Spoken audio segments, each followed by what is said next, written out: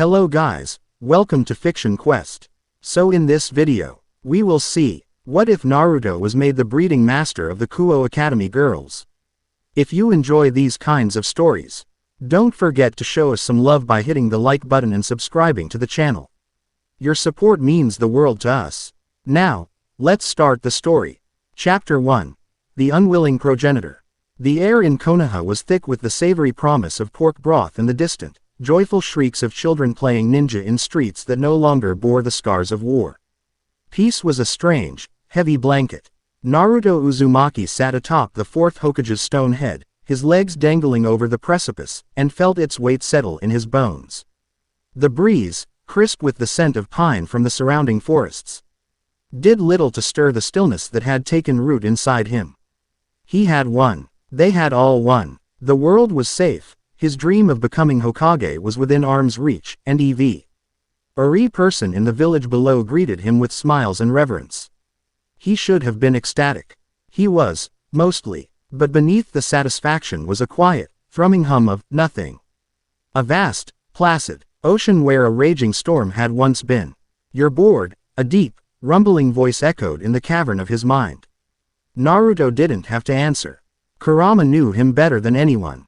It wasn't the kind of boredom that came from a lack of chores or missions. It was the profound inertia of a man built for monumental struggle, now faced with none. His power, a universe of raw energy roiling beneath his skin, had no outlet. The sage's perception connected him to every living thing in the land of fire, the pulse of sap in the trees, the chittering of squirrels, the slow, steady heartbeat of the world itself. It was calm, it was safe, and it was driving him insane. He closed his eyes, focusing on the natural energy flowing around him. It no longer resisted him as it once had. It flocked to him, a river drawn to the sea, eager to be part of the immense reservoir within him. He was a nexus, a focal point of life itself. A grand title for a man who spent most of his days signing paperwork and mediating disputes over fence lines. "Something is coming," Kurama grumbled, his voice suddenly sharp, cutting through the tranquility. "Not of this world." Naruto's eyes snapped open. The air in front of him shimmered, distorting the view of the village like heat haze on summer asphalt. Then, with a sound like the universe tearing itself apart, a fissure of violent, crimson light ripped open the space before him. It wasn't a portal of space-time ninjutsu, this was something else entirely. It smelled of ozone, cinnamon, and a strange, ancient power that felt both regal and desperate. Before he could even push himself to his feet, an irresistible force latched onto him.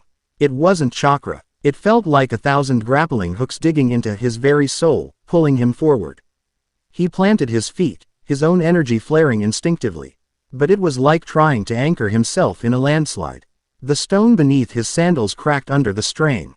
"Naruto!" Kurama roared, a surge of raw, wild chakra flooding his system. But it was too late.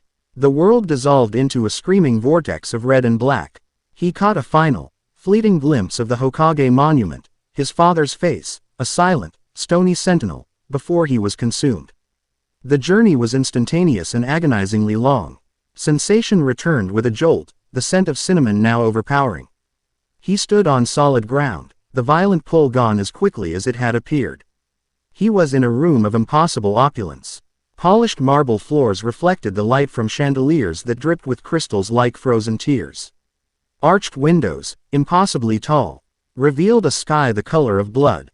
A man with crimson hair that matched the sky stood before him, his posture radiating an authority that bordered on absolute. The power rolling off him was immense, an ocean of demonic energy so vast it could drown a nation. Yet, beneath the crushing weight of his presence, Naruto could sense a flicker of something else, a deep, gnawing desperation. Beside the man stood a woman in a French-made outfit, her silver hair braided immaculately. Her expression was a mask of cool professionalism, but her eyes, sharp and analytical, missed nothing. "Naruto Uzumaki," the crimson-haired man said, his voice a calm baritone that held the weight of a king. "I am Sears's Lucifer. I apologize for the aggressive nature of your summons. Time was a luxury we could not afford." Naruto's battle instincts, dormant for so long, screamed to life. He didn't summon a Rasengan or enter a combat stance. He simply stood, his entire being coiled like a spring, his senses mapping the room, the two figures, and the half-dozen hidden presences scattered throughout the mansion. He could feel their heartbeats, their fear, their curiosity. Lucifer, like the devil? Naruto asked, his voice steady. He'd seen enough impossible things to take the name in stride. The blood-red sky was a bigger clue. One of the four great Satans who ruled the underworld. Yes, Searsex confirmed with a slight, weary nod. He gestured to a plush armchair. Please. This will require some explanation. Naruto didn't move. Explanations usually come before you kidnap someone. A flicker of a smile touched Searsex's lips. A fair point. But our situation is unique. And uniquely dire. He turned his gaze to a figure standing in the shadows near the window, who now stepped forward into the light. She was young, perhaps a year or two older than him, with the same striking crimson hair as Searsex, but hers was a cascade of silk that fell to her waist. Her eyes were a stunning blue-green, but they were clouded with a mixture of defiance, apprehension, and aristocratic pride. She wore a uniform he didn't recognize, and the demonic energy coming from her was a pale imitation of Searsex, yet potent in its own right. She was a princess, and she was in a cage. Naruto could see it in the way she held herself. This is my younger sister, Rias Grimori, Searsex said. Rias inclined her head, a curt, formal gesture. Uzumaki-san, our race, the Devils, is facing extinction, Searsex stated, his voice losing its regal tone and becoming something far more vulnerable. A great war, ages ago, decimated our numbers. Of the 72 noble pillars of our society, less than half remain. What is worse, the purity of our bloodlines has thinned. Birth rates have plummeted. We are, to put it bluntly, a dying people. Naruto listened, his expression unreadable. He knew the cost of war. He knew the taste of near extinction. His own clan had been wiped from the face of the earth. Hunted for the very vitality that now made him the subject of this bizarre meeting.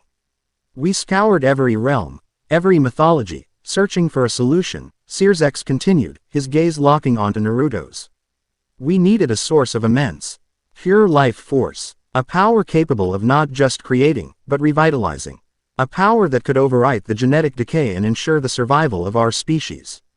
We found only one. You. Naruto's eyebrows furrowed. Me. What are you talking about?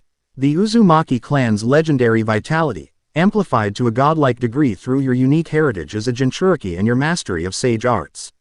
Your life force is Genesis. It is the seed of creation itself, Searsex explained, his desperation finally bleeding through his composure.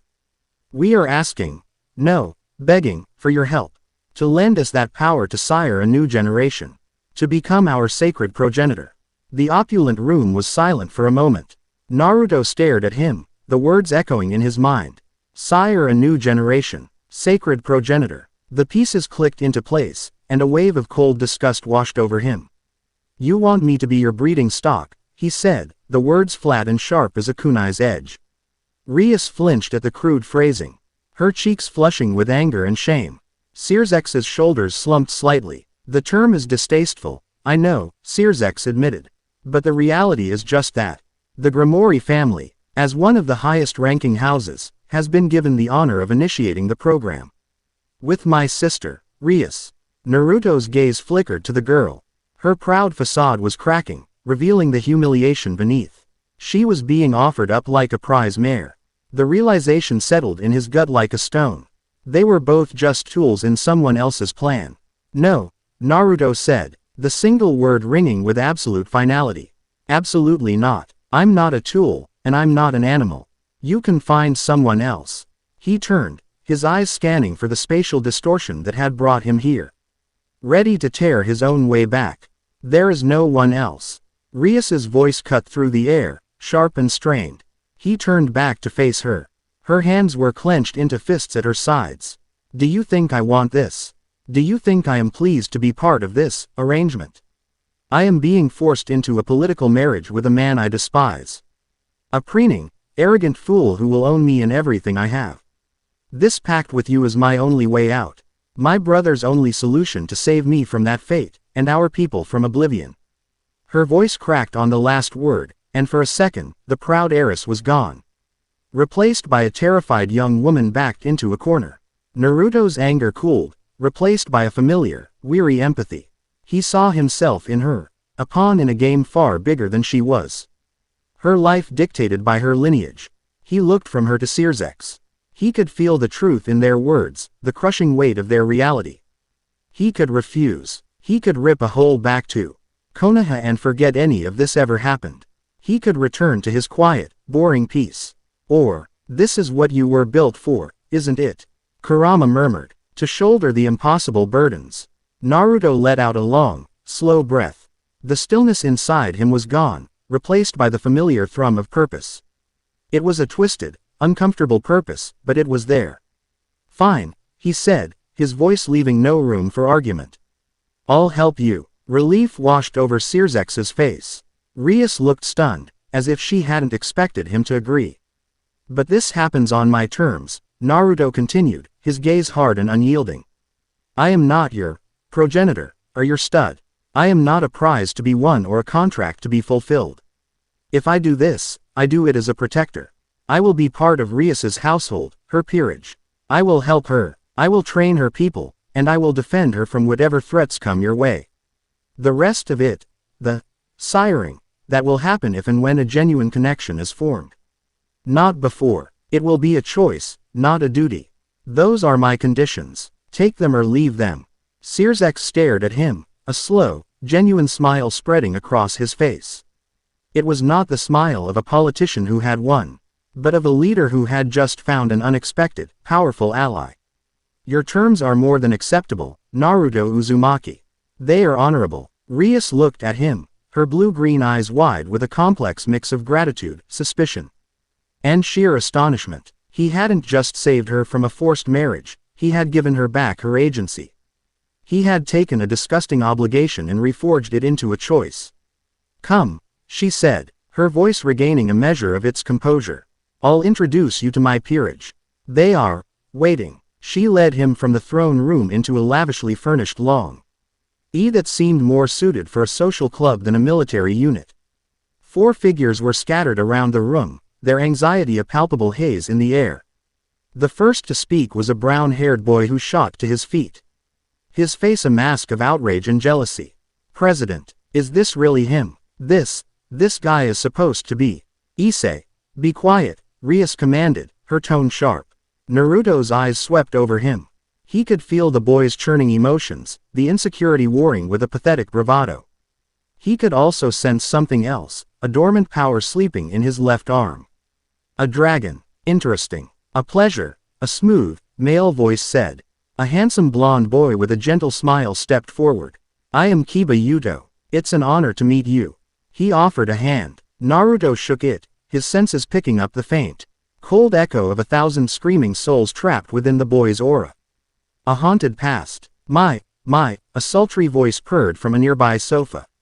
A stunningly beautiful girl with long black hair tied in a ponytail leaned forward. Her violet eyes glinting with amusement and a predatory curiosity. So you're the big, strong human who's come to save us all. I'm Akano Himahima. I do hope we can get to know each other, intimately. She was trying to get a rise out of him, to test his composure. Naruto simply met her gaze, a faint, knowing smile on his lips. I'm sure we'll all be getting to know each other very well, Akano-san.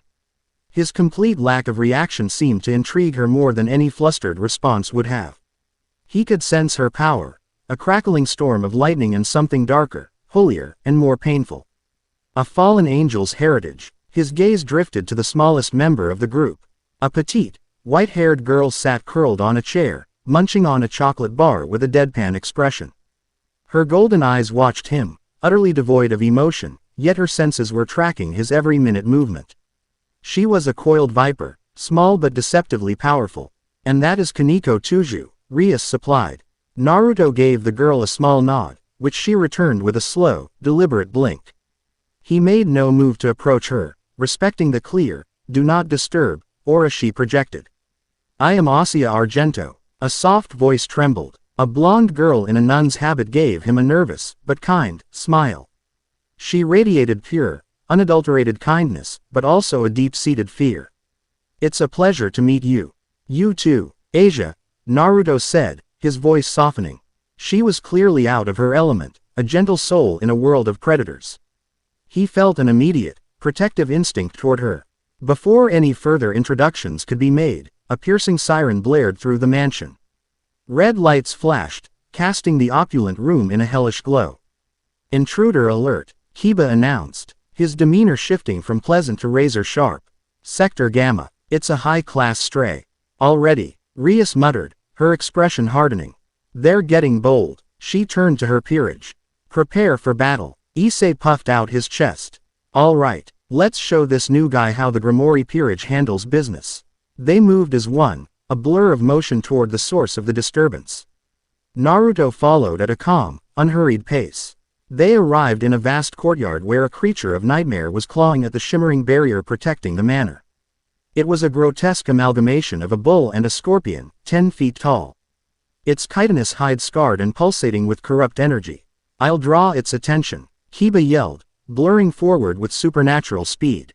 "Akeno, air support," Rias commanded. Akeno giggled, holy lightning crackling around her fists.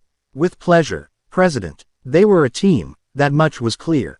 But Naruto could see the flaws in their attack pattern, the slight hesitation. The openings the beast could exploit. Kiba was fast, but his slashes barely scratched the thick carapace. Akeno's lightning made it roar in pain but did little to stop its rampage. The beast swatted Kiba aside like a fly and charged toward Asia, who screamed and fell back. Issei jumped in front of her, his left arm glowing. "Boost!" A draconic voice echoed from the gauntlet that was forming. He was brave. Naruto would give him that, but he was also hopelessly outmatched. Enough was enough. Naruto didn't shout or announce his presence. He simply appeared between the charging stray and Issei. He didn't even look at the Grimoire peerage. His focus was entirely on the monster. The beast, its mind consumed with mindless rage, didn't even register him as a threat. It was its final mistake.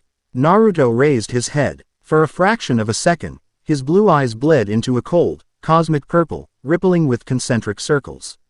The Rinnegan. The charging stray froze mid-stride, its massive body locking up as if it had turned to stone. A primal, instinctual terror flooded its simple mind, a terror that came from staring into the eyes of a god.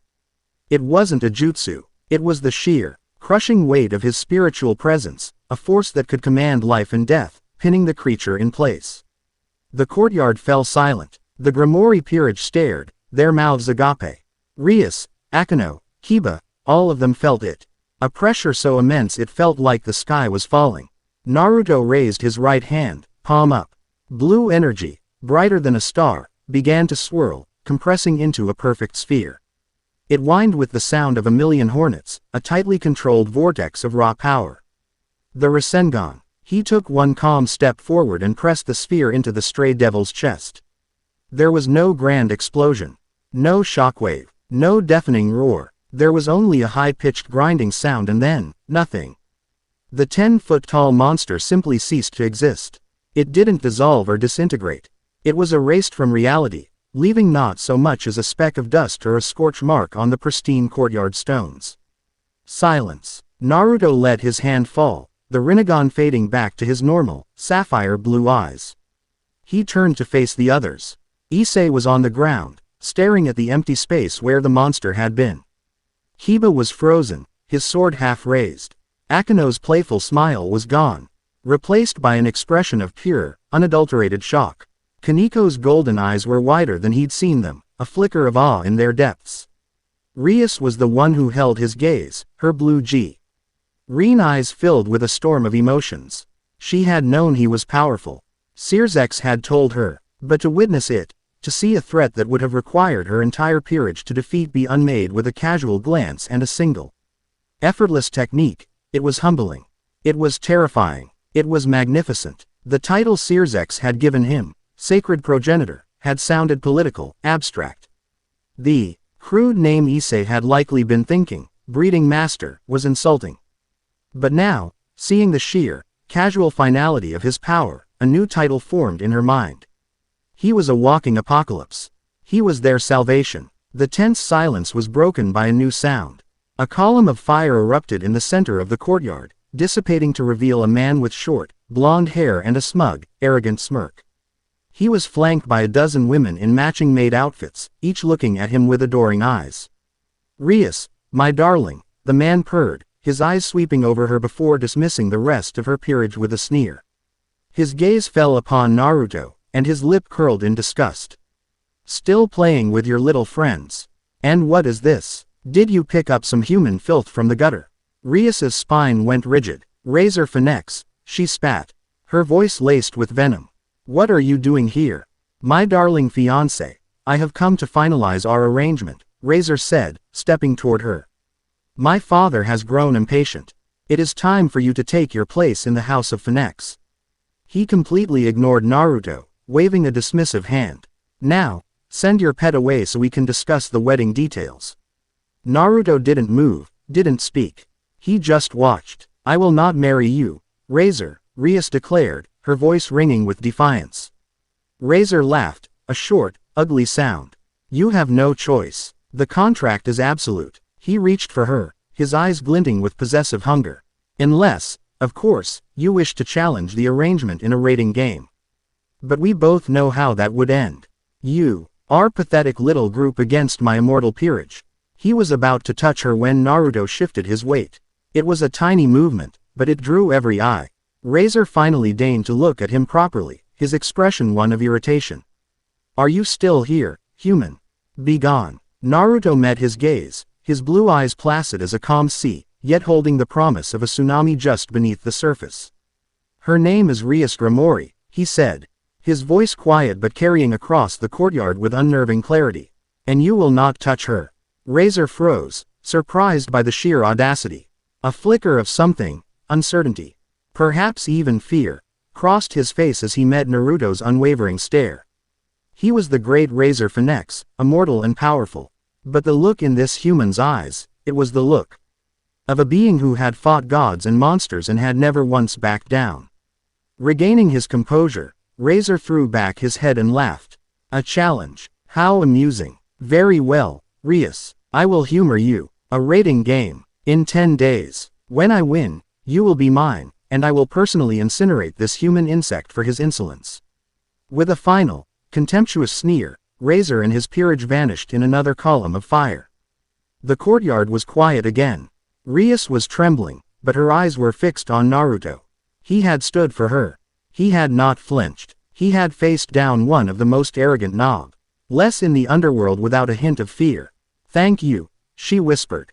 Naruto just nodded. 10 days, he said, looking at her shaken but determined peerage. "We've got work to do."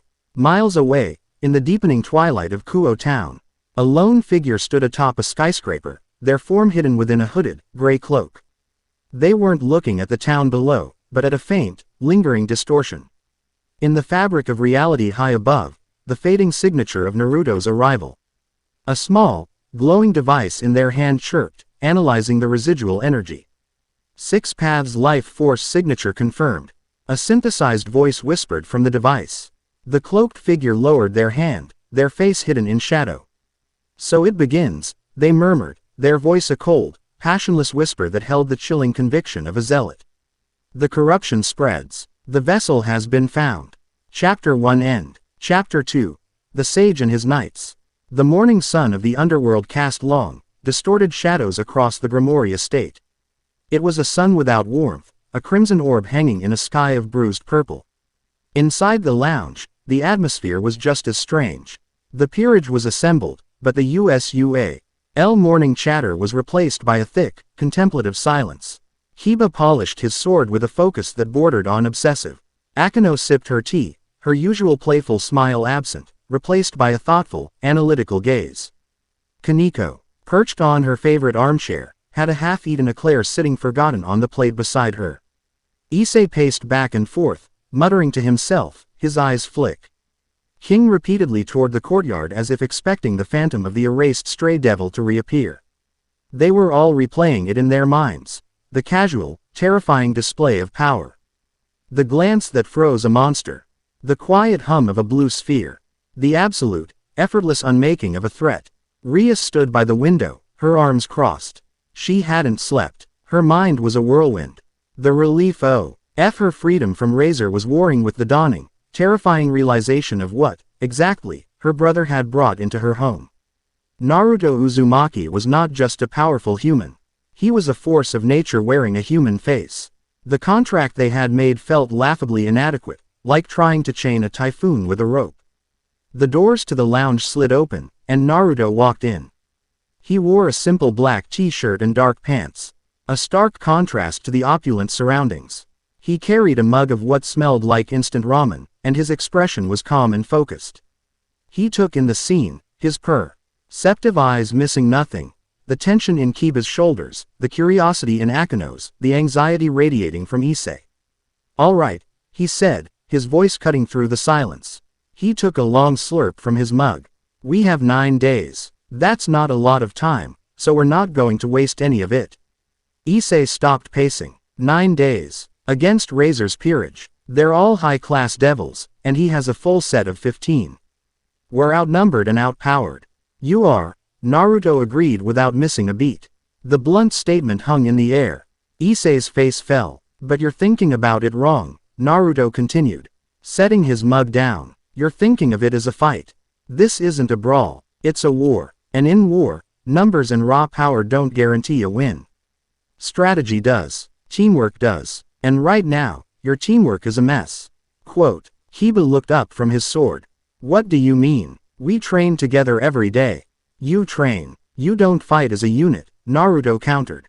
"You're a collection of skilled individuals who happen to be on the same side. You, Kiba, you're the vanguard. You rush in, fast and aggressive, trying to end it quickly. Akino, you hang back and throw lightning at whatever Kiba doesn't get to. Issei, you yell, boost, and try to punch things. Kaneko, you hit what gets too close. And Rias, you command from the back, waiting for a clear shot with your power of destruction." He paused, letting his analysis sink in. "It's predictable, it's sloppy, and against an opponent who can regenerate from anything you throw at him, it's a losing strategy." The room was silent. He hadn't been insulting. He had been brutally, clinically honest. He had watched them for 5 minutes and had seen every one of their flaws. "So what's your plan?" Rias asked, her voice tight. This was the test. Was he just a weapon? Or was he a leader? "The plan is we break you down and build you back up," Naruto said, his eyes glinting. "We're going to find your weaknesses and turn them into strengths. We're going to stop you from fighting like individuals and start you fighting like a single, lethal entity.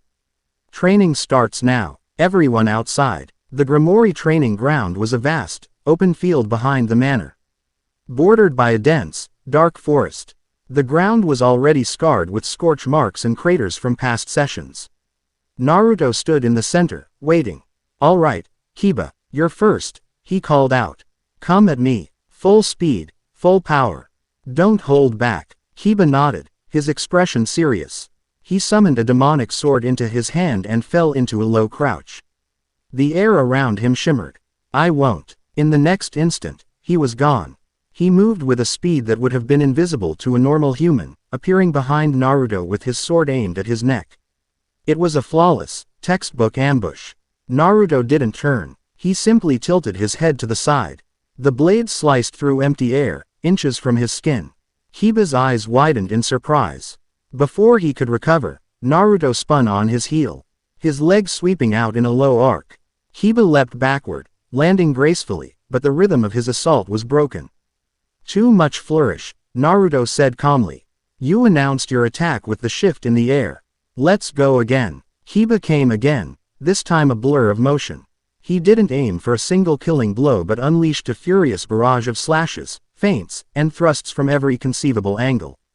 It was a dizzying sword dance, a storm of steel designed to overwhelm and disorient. Naruto didn't draw a weapon. He didn't even seem to move much.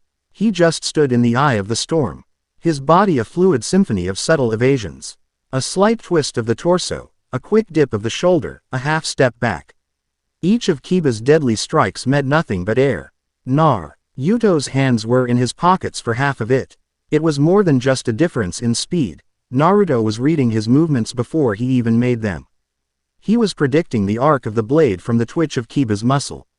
Frustration began to build in Kiba. He poured more energy into his attacks, his speed increasing until he was just a silver-blue streak circling Naruto. Finally, he saw an opening. He fainted high, then dropped low, thrusting his sword toward Naruto's gut. Naruto's hand shot out, not to block, but to intercept. He didn't grab the blade. He caught Kiba's wrist in an iron grip. All the momentum, all the speed, all the furious energy came to a dead, jarring halt. Kiba was frozen, his arm trapped, his sword inches from its target. "Your speed is impressive," Naruto said, his voice even. "But your sword is full of anger. It's unfocused." He tightened his grip slightly, and Kiba winced. "I can feel it, the rage you carry. It makes your movements desperate, not precise. A sword's purpose isn't just to kill. A true swordsman's blade is a tool to protect." He let go. Kiba stumbled back, breathing heavily, his arm throbbing. The casual way Naruto had stopped his ultimate attack.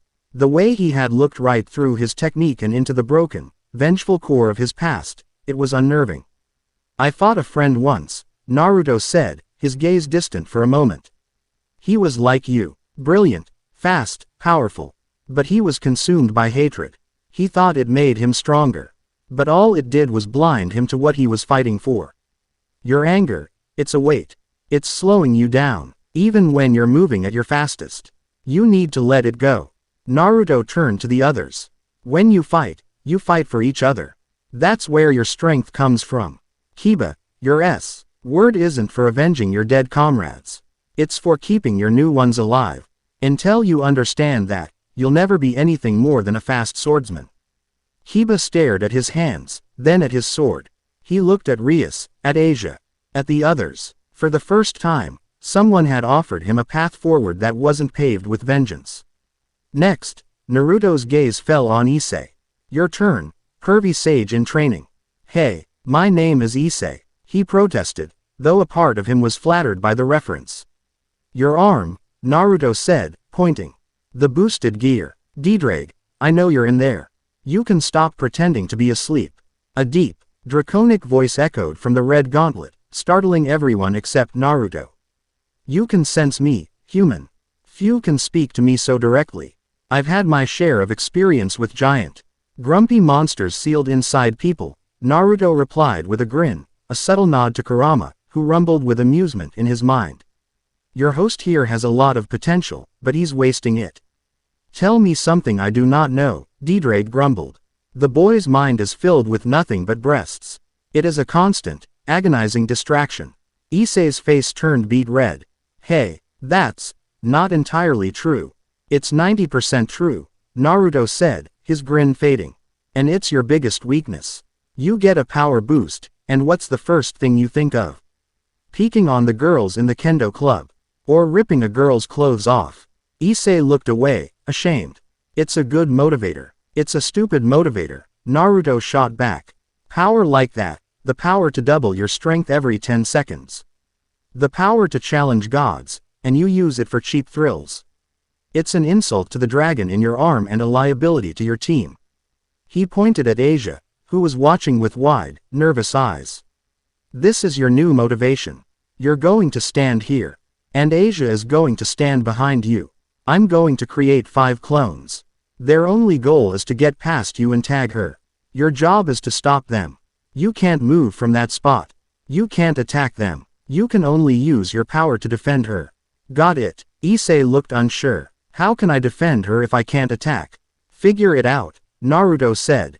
And with a single hand sign, 5 perfect copies of himself poofed into existence. They stood opposite Issei, their faces blank and determined. "Begin," Naruto ordered. The clones moved. They didn't charge blindly. One ran left, one ran right, trying to flank him. A third leapt high into the air. Issei panicked. "Boost, boost, boost," he yelled, his power flaring. He shot a blast of energy at the clone on the left, but while he was focused there, the clone on the right slipped past him.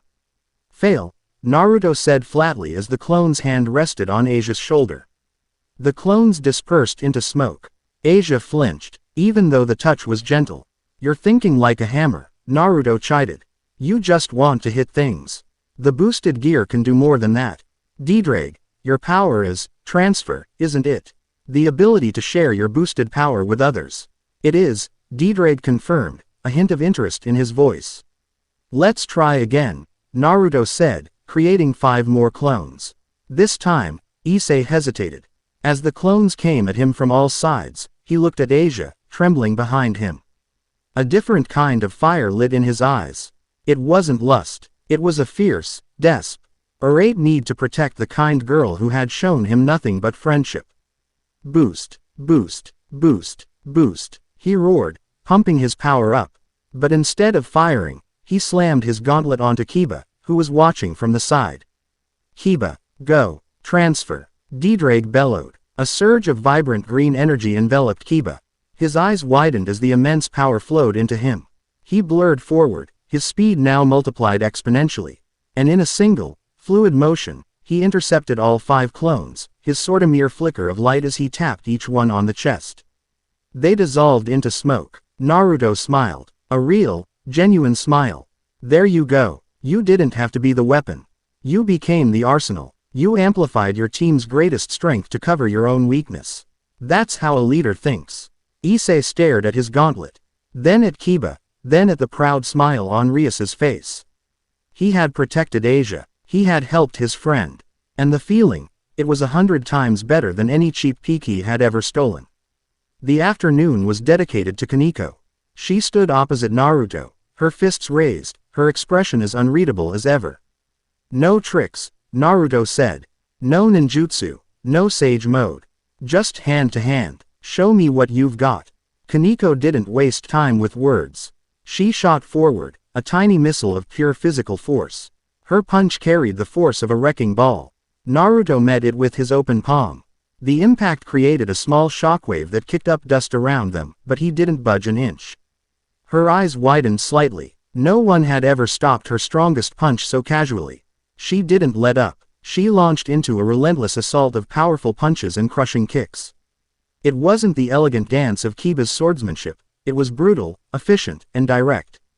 Every blow was meant to shatter bone. Naruto moved with her, a study in calm efficiency. He blocked, parried, and redirected every attack. It wasn't a fight, it was a lesson. He wasn't overpowering her, he was guiding her. When she threw a heavy right hook, he didn't just block it, he used his forearm to shift its trajectory, showing her how a slight angle change could dissipate the force. When she aimed a kick at his ribs, he used the sole of his foot to stop her shin mid-kick, demonstrating a perfect defensive check. You're strong, he said, his voice calm amidst the flurry of blows. Stronger than you think, but you hold back, you're afraid of your own power. Her attacks faltered for a second. He had seen it, the fear she kept locked away, the fear of her Nekomata nature, the fear of losing control like her sister. Stop thinking of it as a curse, he said, catching her fist. Power is just power. It's the hand that wields it that gives it meaning. He pushed her back gently. Your strength isn't something to be afraid of. It's a shield for your friends. Own it. He fell into a low, sturdy stance. Now, watch my footing. All your power comes from your arms. You're unbalanced. Your strength should come from the ground. Up through your legs, and into your fist. Like this. He demonstrated, a simple, straight punch that seemed to tear through the air itself, the force of it creating a visible distortion. He hadn't used any extra energy, just perfect, flawless technique. Kaneko watched, her golden eyes laser-focused. She mirrored the stance, her small frame settling into a position of surprising stability. She threw a punch. It was faster, sharper, and visibly more powerful than before. A tiny, almost imperceptible nod of approval was her only response. For Kaneko, it was the equivalent of a cheer. Naruto nodded back. The unspoken understanding passed between them. He saw her as a warrior, not a monster. And that was enough, as twilight painted the sky in shades of orange and deep violet. The training for the day concluded. The peerage was exhausted, physically and mentally, but they were also energized. They were already thinking differently, moving differently. Naruto found Akano by a quiet ornamental pond, far from the others. She stood watching the crimson koi swim in lazy circles, the playful mask she usually wore completely gone. In the fading light, she just looked lonely. You did well today, Naruto said, approaching quietly. Did I? She asked, not looking at him. I mostly just watched you take apart my friends. You watched and you learned. Sometimes that's more important. She finally turned to him, a faint, teasing smile returning to her lips, but it didn't reach her eyes. My, Naruto-kun. Are you a sage as well as a warrior? You seem to have an answer for everything. She stepped closer, her voice dropping to its usual sultry purr. Perhaps you'd like to give me a private lesson. She was testing him again, using her seduction as a shield. Naruto didn't rise to the bait, nor did he back away. He just met her gaze with his own, his blue eyes impossibly clear. That mask you wear must be heavy, he said softly. Akino's smile froze, her playful demeanor shattered like glass. I don't know what you mean. Yes, you do, he said, his voice gentle but firm. The constant teasing, the sadism, it's a performance. A way to keep people at a distance. A way to control how they see you before they can judge you. He could sense the turbulent mix of holy and demonic energy within her, a constant, painful war beneath her skin. It's because of your heritage, isn't it? The fallen angel blood. She flinched as if he'd struck her. All the walls she had so carefully constructed came crumbling down. Her eyes welled with a pain she rarely let anyone see. How? She whispered. I grew up with something inside me that everyone feared, he explained, his voice quiet and filled with a profound empathy. The whole village, they looked at me and they didn't see a kid. They saw a monster, a weapon, a demon fox. I learned to act like a loud-mouthed idiot because I figured if they were going to laugh at me, it might as well be on my terms. Akino stared at him, her breath caught in her throat. He wasn't pitying her, he was understanding her. He was looking at the deepest, most painful part of her soul and showing her his own scars. They don't hate you, Akino. He continued, his voice resonating with a truth that shook her to her core. They hate what they don't understand. They fear the power you represent. But you're letting their fear become your cage. You're letting it define you. Your power, the lightning and the holy darkness, it's yours. Not your father's, not the angels or the devil's.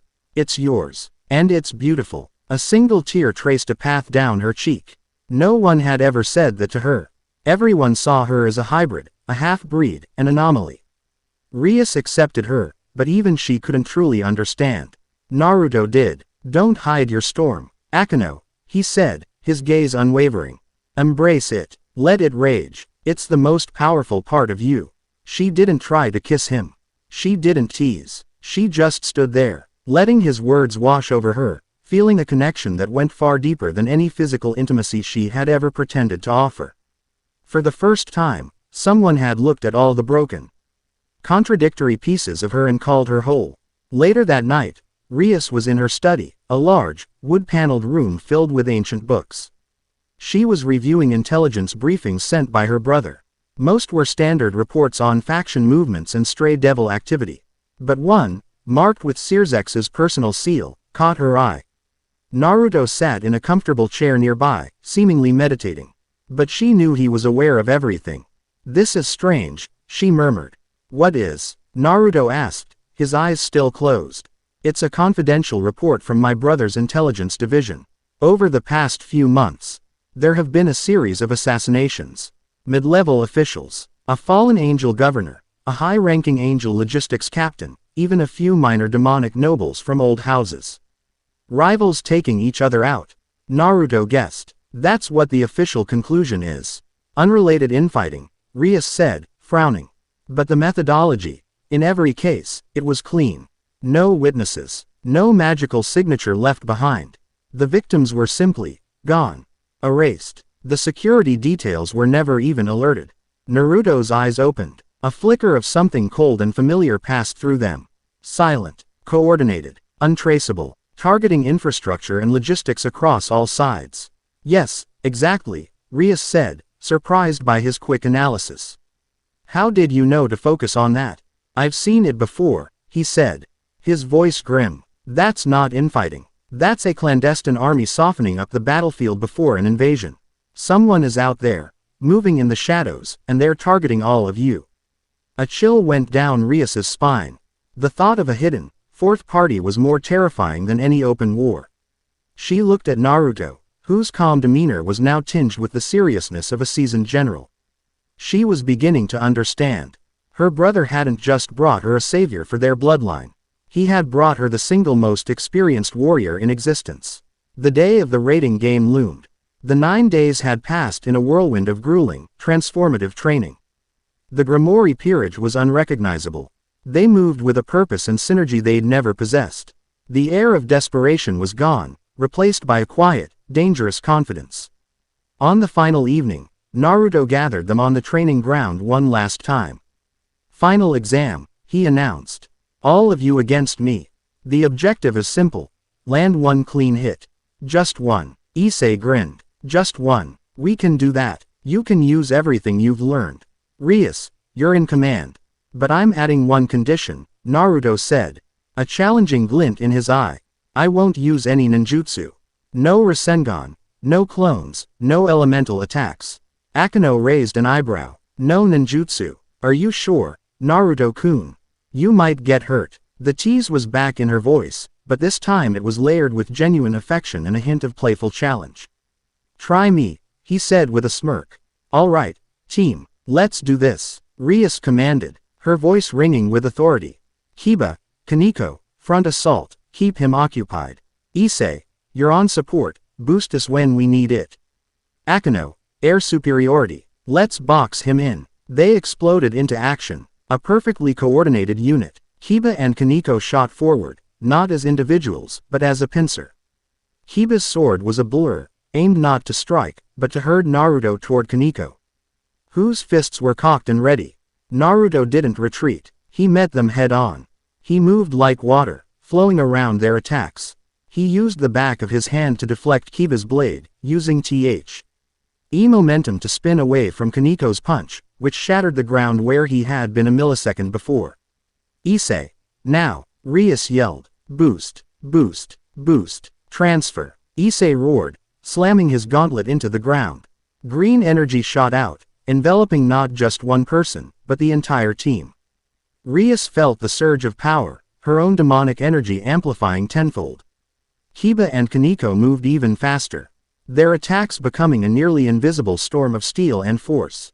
Above, Akeno gathered a massive ball of holy lightning. Nowhere to run, Naruto-kun. They were hurting him, boxing him in, using the very strategies he had taught them. They were good. They were very good. For a moment, it looked like they had him. Kiba forced him left, Kaneko forced him right. Rias was preparing a NTRATED blast of the power of destruction, amplified by Issei's boost. Naruto smiled. Not bad. And then he vanished. One moment he was there, cornered. The next, he was gone. Kiba and Kaneko's attack. KS met in the middle with a thunderous clap. "Where did he go?" Issei shouted, looking around frantically. "Above you," Kaneko said, her voice flat. They looked up. Naruto was standing in midair, a faint shimmer of chakra holding him aloft. The no ninjutsu rule apparently didn't apply to basic chakra control. Akeno, who was already airborne, didn't hesitate. "You're mine," she cried, unleashing her ultimate attack. It wasn't just a bolt of lightning. It was a torrential downpour, a massive, screen-clearing blast of golden holy lightning that illuminated the entire sky, aimed to vaporize the spot where Naruto stood. Rias and the others threw themselves to the ground, shielding their eyes from the blinding light. The roar was deafening. The attack was overwhelming, unstoppable. But Naruto didn't dodge, he didn't even flinch. As the apocalyptic torrent of holy lightning descended upon him, he simply raised his right hand, palm open. The lightning struck, and it stopped. The entire, massive blast, crackling with enough power to level a city block, converged on his open palm. It didn't explode. It didn't arc around him. It flowed into him, his body effortlessly absorbing and grounding the colossal amount of energy.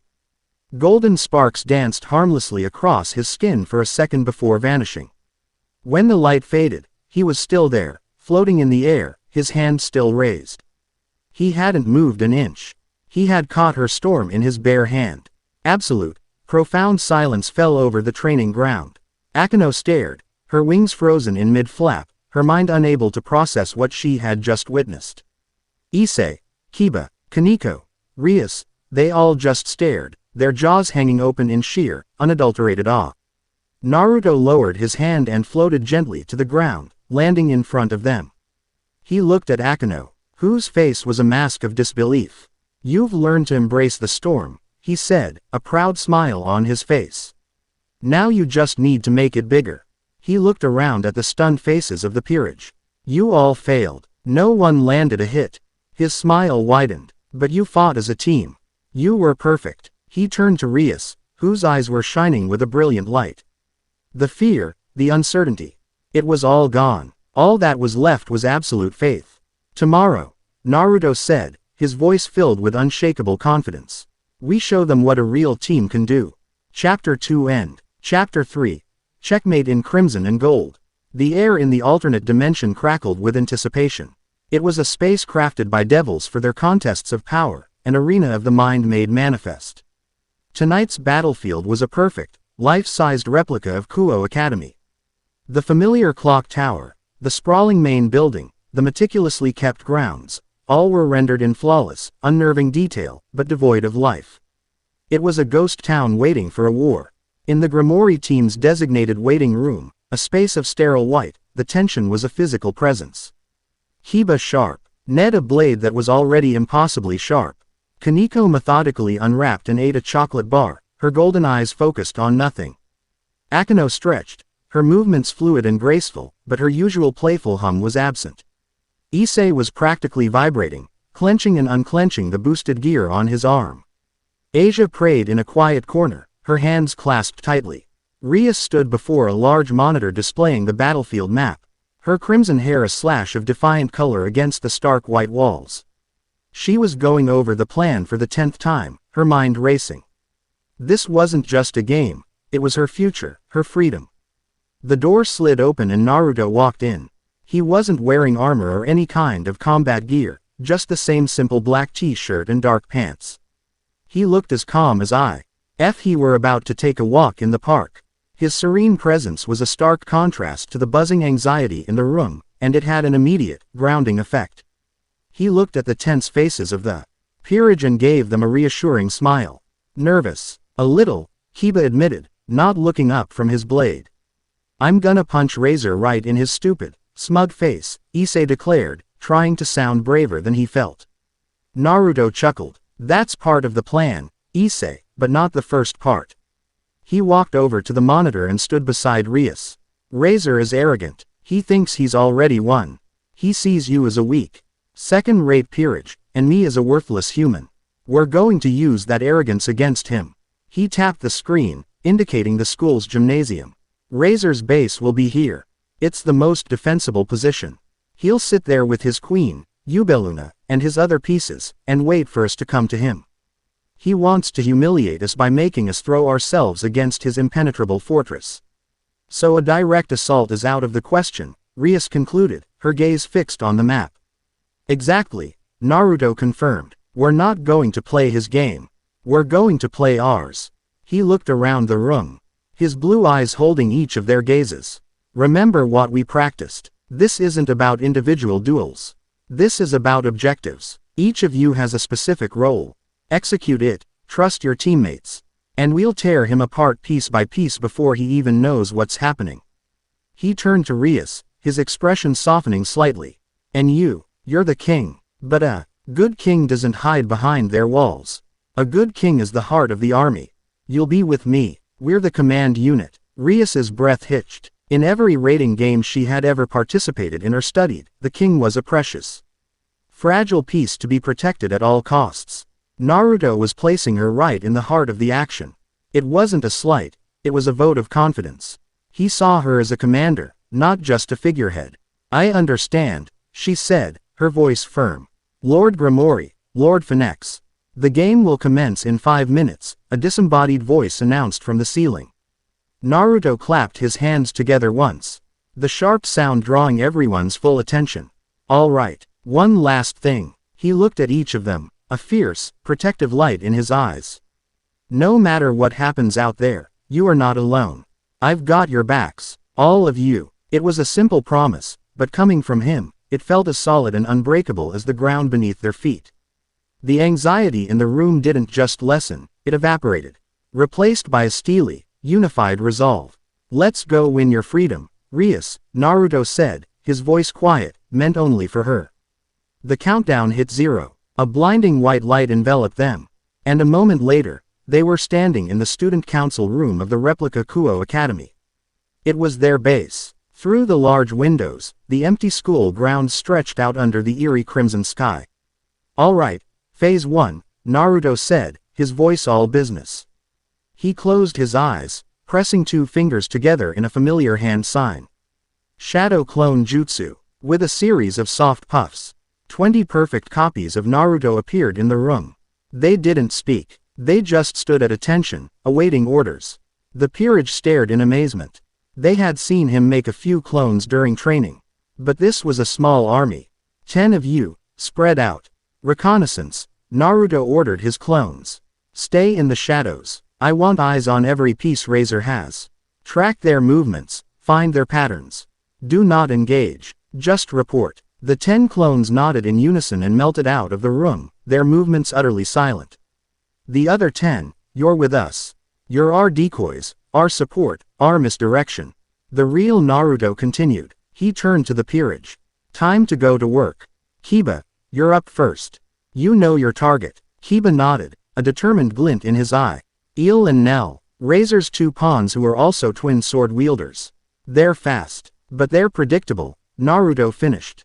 And you're faster. Go. Kiba blurred out of the room, a silver streak against the twilight. In the gymnasium, Razor Phoenix sat on a throne of gaudy, conjured gold, looking bored. His peerage was arranged around him. Ubeluna, his queen, stood at his side, her expression as smug as his. My lord, one of Rias's knights is on the move, one of his rooks reported. Razor yawned. Just one. How disappointing. Send Eel and Nell to play with him. Let them draw it out a little. Give the audience a show. The twin girls giggled and dashed out of the gym, their movements swift and synchronized. They found Kiba in the school's central courtyard, standing alone as if waiting for them. Look, sister, it's the pretty boy, one of them chirped. Let's see if he bleeds as prettily as he looks, the other replied. They attacked in perfect sync, a whirlwind of blades from opposite sides. Kiba met their assault, his sword a blur, but he wasn't fighting like he used to. He wasn't trying to overpower them with furious speed. He was patient. He parried. He blocked. He gave ground, his movements economical and precise. He was fighting a defensive battle, drawing them further and further into the courtyard, away from the gym. He's weaker than I thought, Eel sneered, pressing her attack. He's just stalling, Nell realized. Finish him. They disengaged and then charged simultaneously for a pincer strike, a move they had used to defeat countless opponents. But as they closed in, Kiba's feet dug into the ground. He wasn't retreating anymore. He was channeling the power Issei had poured into him before the match began, a reserved portion of the boosted gear's energy. Your sword isn't for avenging the dead. It's for keeping your new family alive. Naruto's words echoed in his mind. His speed exploded. He wasn't just fast. He was practically teleporting. Before the twins' blades could even come close, he was behind them. He didn't use his blade. He used the hilts of his swords, striking the back of each of their necks with 2 sharp, precise raps. Thump, thump. The twin pawns crumpled to the ground.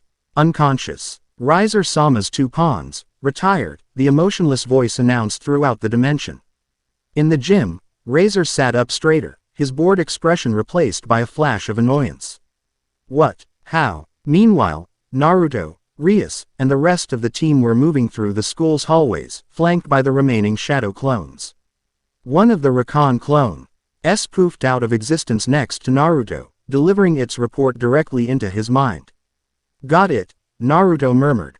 4 of his pawns are guarding the old school building, a bishop is on the roof of He main building with a clear line of sight, and his rooks are fortifying the gym.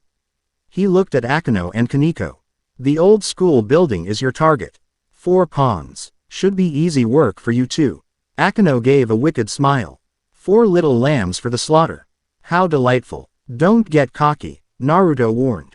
They'll be expecting an aerial assault from you, Akino. So you're going in on the ground. Kaneko, you're the wrecking ball. Akino, you're the lightning storm.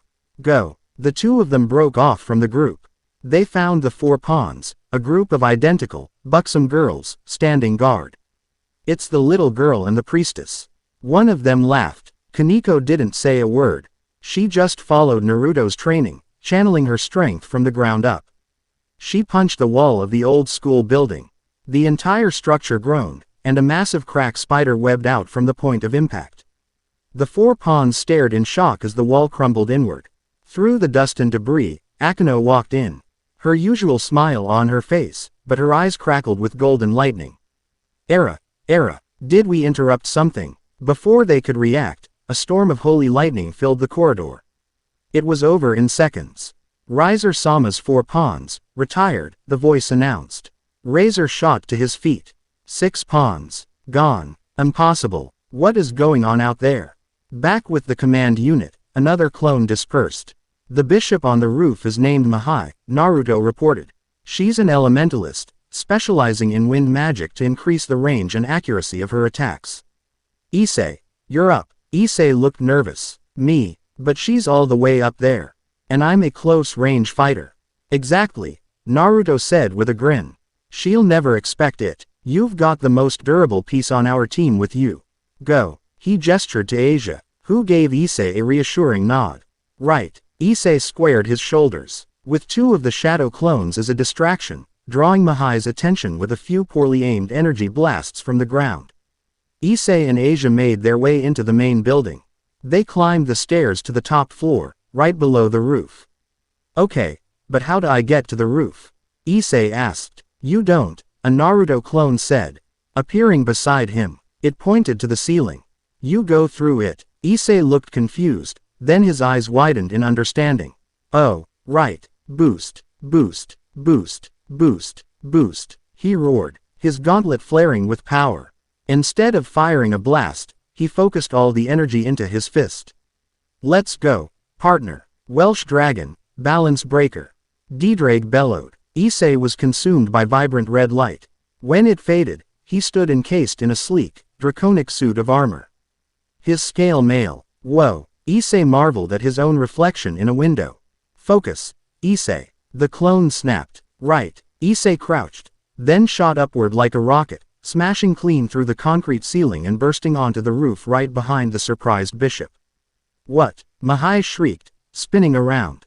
She never got the chance to cast a spell. Issei, filled with adrenaline and a newfound sense of competence, decked her square in the jaw. Riser-sama's bishop, retired, the voice intoned. Razor slammed his fist on the arm of his throne, cracking the gold. Unacceptable. What is that pathetic pervert doing in scale mail? Yubeluna, what is happening? His queen, Yubeluna, looked just as shocked. I don't know, my lord. Their movements are completely illogical. They're hitting us from all sides at once. It was then she realized the truth. It wasn't that Rias's peerage was in multiple places at once. It was Naruto. The Rakan clones had given them perfect intelligence, and the decoy clones were creating openings. He was using Sun Tzu's art of war with ninjutsu. He was a one-man command and control center. The game was barely 15 minutes old, and Razor had lost half of his peerage without them even laying a hand on Rias's team. The final phase began. The entire Grimoire peerage, now regrouped, stood before the gymnasium. Naruto stood at their head. The 2 rooks and a knight are inside, along with his bishop, queen, and Razor himself, Naruto stated. They're turtled up, ready for a siege, so we break the door down. Issei asked eagerly. No, Naruto said, we knock. He stepped forward and raised his hand. Instead of forming a Rasengan, he simply gathered a small, focused amount of chakra into his fingertips and flicked the large metal doors of the gymnasium. The doors, designed to withstand a demonic onslaught, didn't just break. They imploded, blasted off their hinges and sent flying across the gym as if hit by a cannonball. The Grimoire team walked in through the gaping hole. Inside, Razor's remaining pieces stood ready, their faces a mixture of anger and disbelief. Razor himself was perched on his throne, his arrogant smirk having been replaced by a furious scowl. So, you finally decide to face me, Rias. He snarled. It's over, Razor, Rias said, her voice filled with a confidence she'd never felt before. Surrender. Surrender. To you. Razor laughed, a harsh, grating sound. I'll kill every last one of you. Starting with your human pet. He snapped his fingers. All of you, attack. Destroy them. His peerage charged. Now, Rias commanded. What followed was not a chaotic melee. It was a symphony of destruction.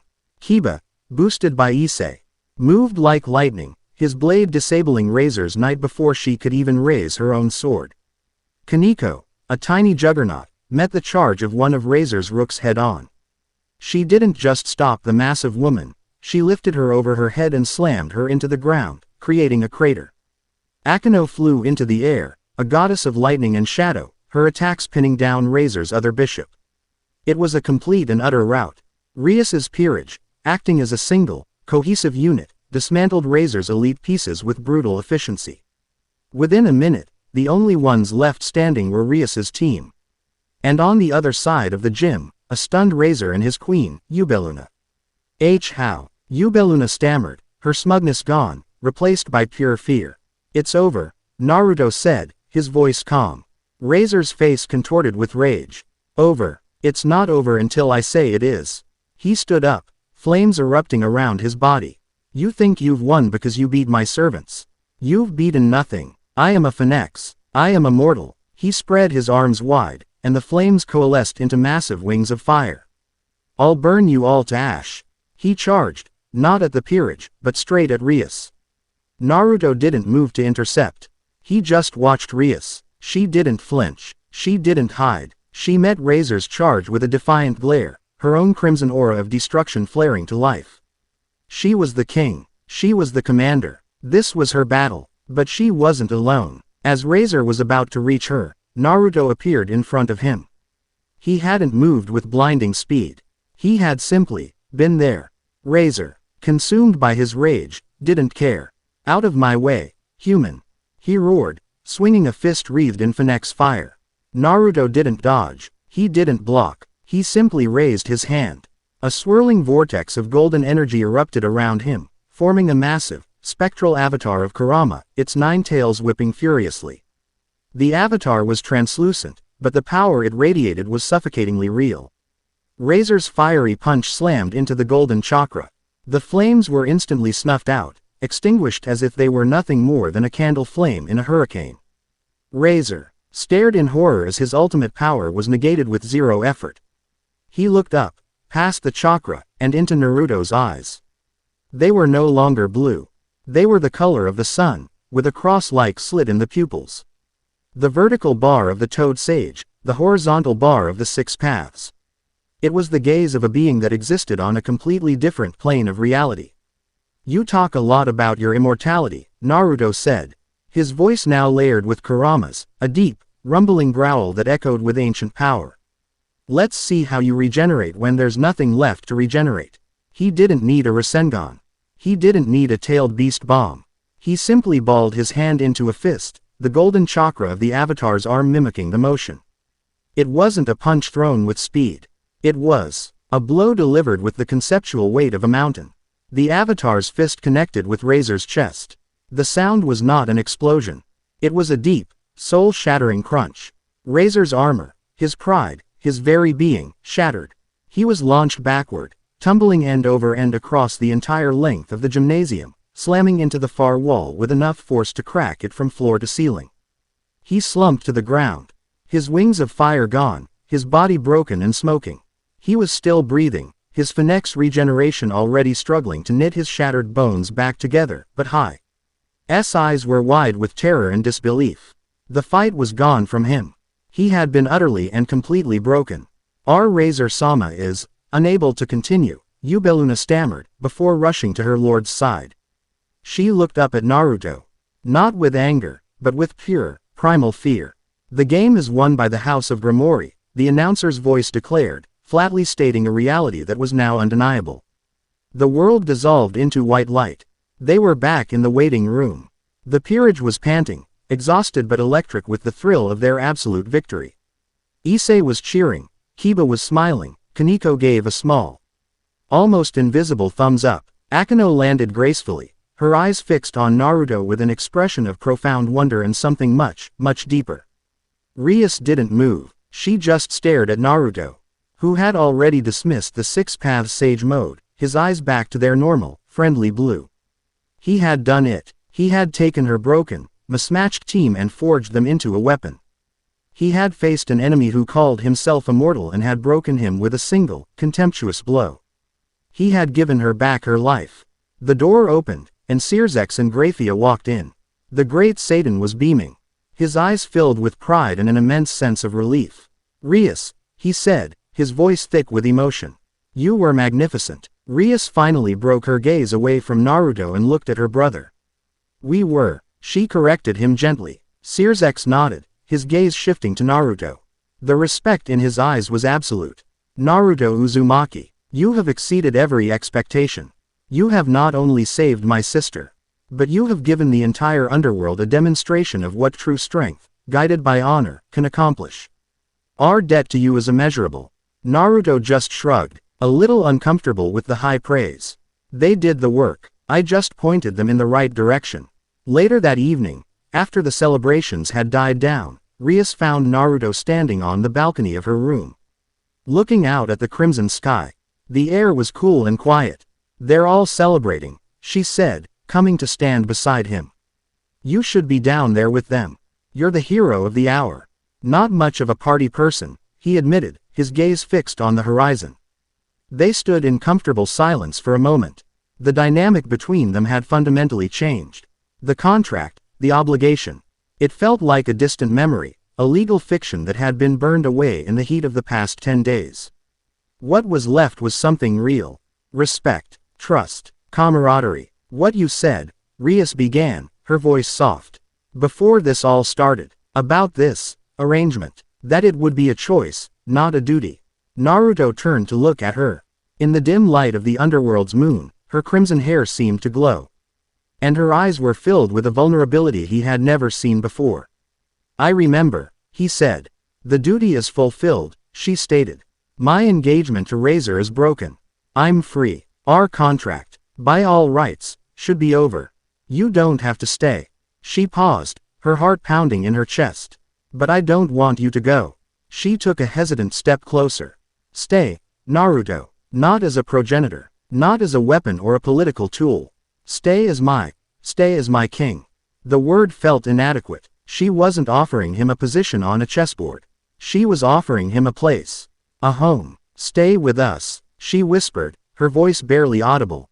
"Stay with me." Naruto looked into her eyes, and he saw not a high-born devil princess, but a young woman who had fought for her freedom and was now, for the first time, choosing her own path. He saw a leader. He saw a friend. He saw someone he wanted to protect, not out of obligation, but because he cared. He reached out and gently tucked a stray strand of her crimson hair behind her ear. His touch was warm, gentle, and sent a shiver down her spine. "I'm not going anywhere, Rias," he said, his voice soft but firm. A smile, brilliant and genuine, lit up her face. The relief was so profound it made her feel lightheaded. She acted on an impulse that felt more right than anything she had ever done. She rose on her toes and pressed her lips to his. It wasn't a kiss of passion or seduction. It was a kiss of gratitude, of promise, of a new beginning. It was soft and hesitant, yet it sealed a bond far stronger than any demonic contract. When she pulled away, her face was flushed, but her eyes were clear and bright. He had won her freedom. He had forged her peerage into a family. And in doing so, he had found something he hadn't even known he was looking for, a new place to belong. Miles away, in a dark, cold place where reality itself seemed thin, the hooded figure from Kuoh town knelt before a shimmering throne of obsidian. A being sat upon it, its form indistinct, a silhouette carved from pure void. "Malachi," the cloaked agent said, their voice devoid of emotion. "The vessel, Naruto Uzumaki, has revealed a fraction of his power. He has aligned himself with the Grimoire clan." A low, humming voice, like the grinding of tectonic plates, filled the chamber. It was ancient, serene, and utterly without mercy. His power does not merely destroy. It commands. It creates. It reinforces the flawed structures of this dying reality. It is a cancer, spreading the false hope of persistence. "What are your orders?" the agent asked. "The timetable has changed," Malachi's voice resonated. Phase 1 was observation. Phase 2 was sabotage. We will now accelerate to Phase 3. Direct intervention. The devils leave their only threat is their own decay. It is time we showed them what a true, purifying extinction looks like. The great cleansing must be accelerated. A ripple of cold, purifying light emanated from the throne. And the vessel, he will be our primary target. He is not a savior. He is a plague, and we are the cure. Chapter 3 End. Chapter 4. The Serpent's Gambit. The underworld was a tapestry woven from power, pride, and millennia of serpentine politics. Naruto's victory didn't just cut a thread, it set a torch to the entire loom. The news of Razor Phoenix's defeat, a swift, brutal, and humiliating rout, spread like wildfire. It wasn't just a rating game victory, it was a paradigm shift. An unknown human, a being from a world devils considered a plaything, had not only participated but had been the decisive factor. Wielding a power that defied their understanding. For the younger generation and the more progressive houses, Naruto was a symbol of exhilarating change. He was proof that blood purity wasn't the only measure of strength. But for the old guard, the ancient, prideful pillars of the 72, he was an existential threat. He was a walking, breathing insult to their entire ideology. And no house felt this insult more keenly than the House of Baal, the clan tied to the lineage of the great King Baal, from which all demonic power was said to originate. The summons arrived on a sliver of obsidian, delivered by a silent, stone-faced servant. It wasn't an invitation, it was a command. Rias Grimori and her human associate were to present themselves before a special session of the Devil Council. It's a tribunal, Rias said, her voice tight with anger as she stared at the obsidian slip. They stood in the Grimori Manor's grand library, the air thick with the scent of old paper and anxiety. They're not bringing us in for congratulations. They're putting us on trial. Naruto, who was leaning against a towering bookshelf and idly flipping through a dense tome on demonic runes, didn't seem concerned. Let them. They want a show. We'll give them one. Rias looked at him, her apprehension warring with the confidence he always seemed to exude. You don't understand, Naruto. The council is a snake pit. The elders from houses like Glacia Labelas, Belphegor, and especially Baal, they live and breathe political maneuvering. They'll twist your words, trap you in logical fallacies, and try to paint you as a threat to all of Devil Society. Good, Naruto said, closing the book with a soft thud. Then they'll be expecting a politician. I'm just going to tell them the truth. It tends to mess with people who spend their lives trading lies. He gave her a reassuring smile. Besides, I won't be the one on trial. They are. The council chamber was a vast, tiered amphitheater carved from black volcanic rock, torches burning with green witch fire cast flickering, monstrous shadows on the walls. At the apex sat the four great Satans, Searsx Lucifer, Seraphol Leviathan, Ajuka Beelzebub, and Falbium Asmodeus. Below them, arranged in descending tiers of importance, were the heads of the great devil families. The air was thick with ancient power and simmering animosity. Lord Phoenix, Razor's father, was present, his face a mask of cold fury. But the most intense glare came from the very center of the assembly, from a powerfully built, stern-faced man with a regal bearing, Lord Baal. Rias entered with Naruto at her side, her peerage following a respectful distance behind. A wave of murmurs washed over the chamber. They weren't just looking at Rias, they were staring at Naruto. They were dissecting him with their eyes, trying to measure the power that had humbled a Phoenix. He met their gazes without flinching, his expression placid, his presence an island of calm in a sea of hostility. Rias Grimori, Lord Baal's voice boomed, cutting through the murmurs. It was a voice accustomed to absolute obedience. You stand before this council to account for the gross violation of our sacred traditions. You were granted the honor of the sacred progenitor program to ensure the future of our race, and you have instead used this asset as a common thug in a raiding game. I used every asset at my disposal to defend the honor of my house and my own freedom, Lord Baal, Rias countered, her voice ringing with newfound strength. A freedom that was threatened, by a marriage contract you yourself championed. The barb hit its mark. A flicker of anger crossed Baal's face. The contract was to unite two powerful pure-blooded houses. A necessary step for our survival. Instead, you cast it aside and have paraded this outsider as some kind of champion. His presence here is a mockery of our heritage. Searsx leaned forward, his crimson hair catching the green light. Lord Bale, Naruto Uzumaki is here at my invitation. His actions, while unorthodox, resulted in a decisive victory for my sister. He has proven his worth. His worth is what? Sirzex. A wizened old devil from the Glaciolabalis family rasped. A blunt instrument. We are a society of nobles, not a barbarian horde. Power must be tempered by lineage, by blood. This human has none. This was the heart of it. The prejudice. The fear of the unknown. Naruto decided it was time to speak. My name is Naruto Uzumaki, he said, his voice quiet but carrying to every corner of the vast chamber. It wasn't a shout, it was a statement. You talk a lot about blood and lineage. Where I come from, we have a saying. A hero is not the one who is born, but the one who becomes. He took a step forward, his gaze sweeping over the assembled elders.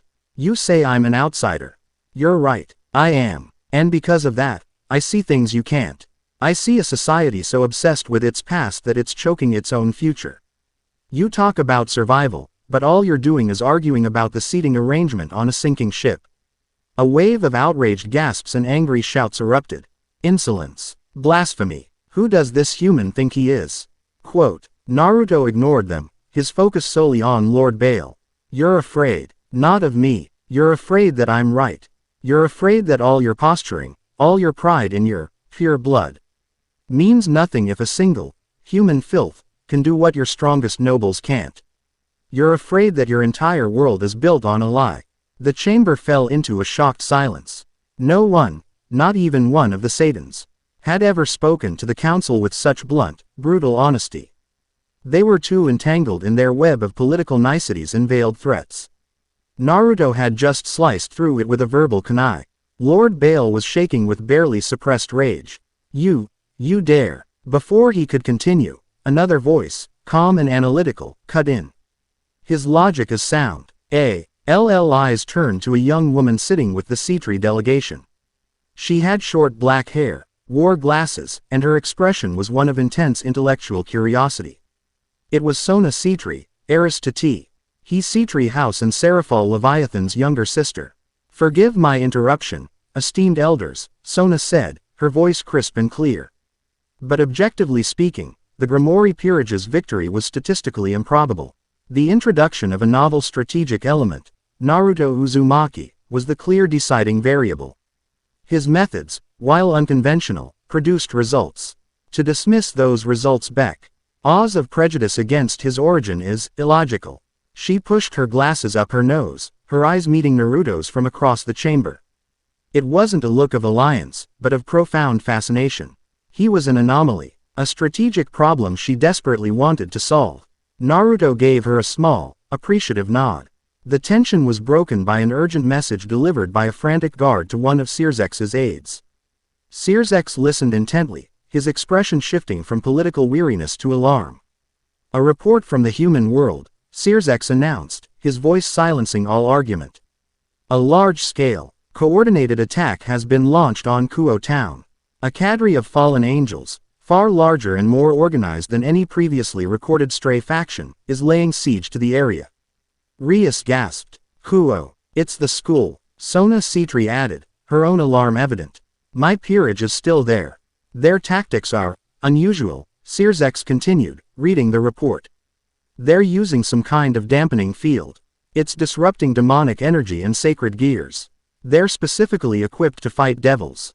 Naruto's eyes narrowed. Sacred gear disrupting technology. Coordinated. This isn't a random attack.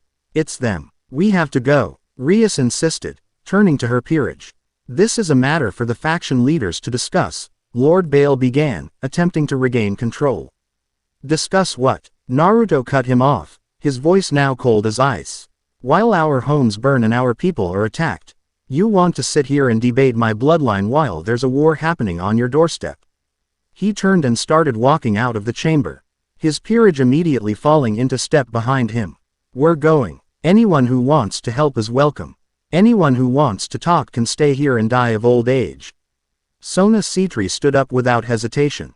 The Cetri clan will not abandon its territory. My peerage will deploy with the Grimoire team. She gave Lord Bale a pointed look. It is the only logical course of action. With that, She and her own peerage, a group of disciplined, uniformed students, filed out after Naruto's group, leaving the Devil Council in stunned, impotent silence. Naruto's bluntness had just shattered their political theater and forced their hand. The scene in Kuoh town was chaos. The sky was filled with dark feathered fallen angels, their spears of light raining down on the town. A shimmering, sickly green dome of energy covered the entire area, and within it, the devils felt their power sputter and wane. Naruto, Rias, Sona, and their combined peerages appeared via a magic circle just outside the dome. The effect was immediate. The rich demonic energy that fueled them felt sluggish, like trying to breathe through water. Issei's boosted gear flickered erratically.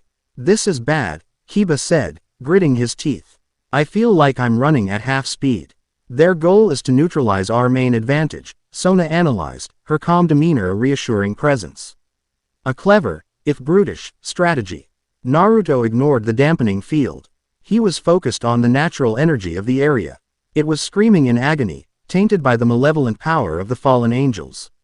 He closed his eyes for a second, his sage perception spreading out like a radar. "The field is being projected from 3 focal points," he announced, his eyes snapping open. "North, east, and west, arranged in a triangle. The command unit is at the center, at the school. They're using the students as hostages." Sona looked at him, impressed. "How could you possibly know that?" "I can feel it," he said simply. "We split into 3 teams. Rias, you take your team and hit the east point. Sona, you take yours and hit the west. I'll take the north point myself. We take them out simultaneously, break the field, and then we all converge on the school.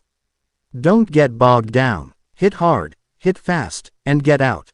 "You're going alone?" Rias asked, her voice laced with worry.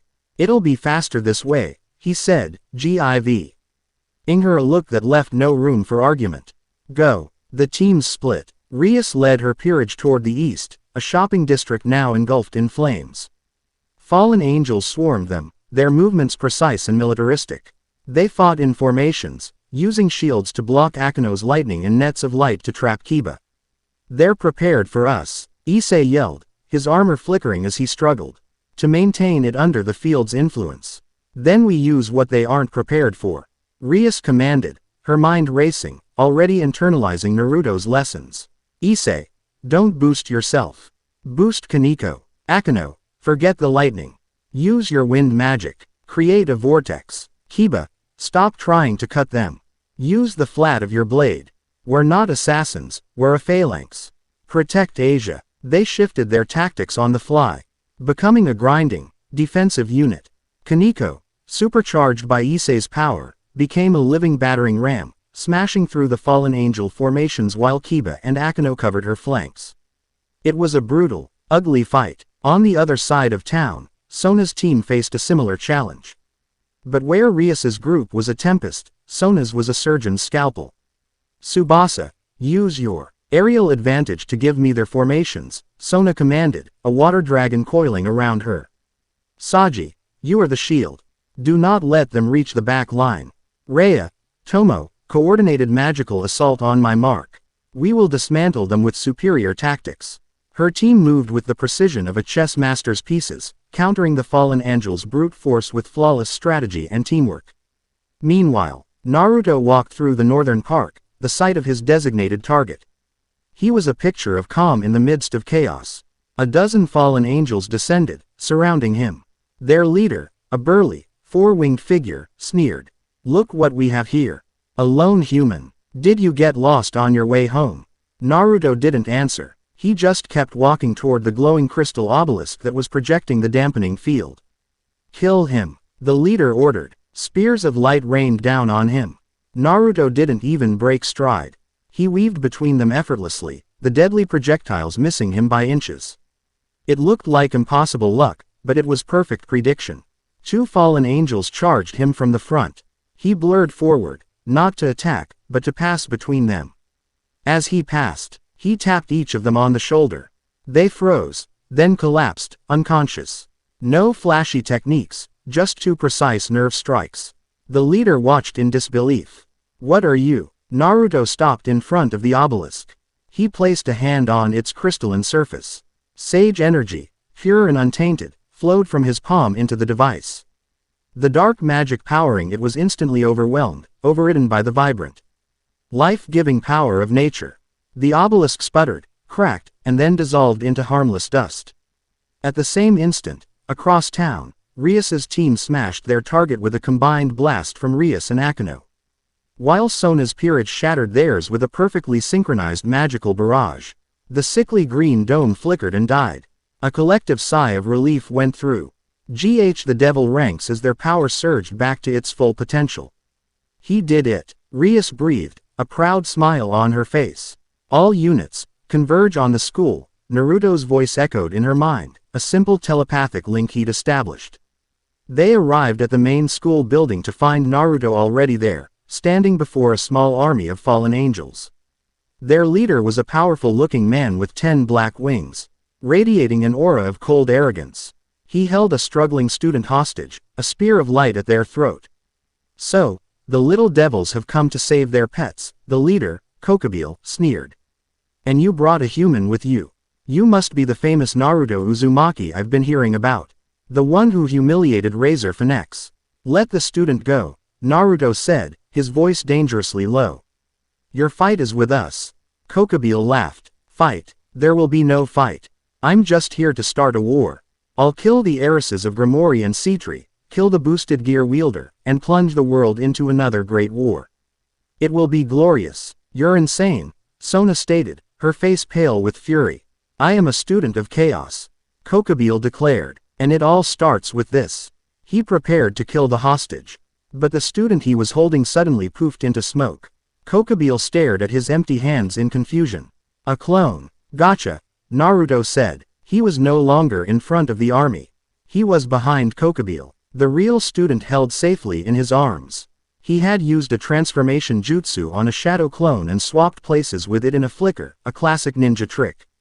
Kokobile spun around, his face a mask of fury.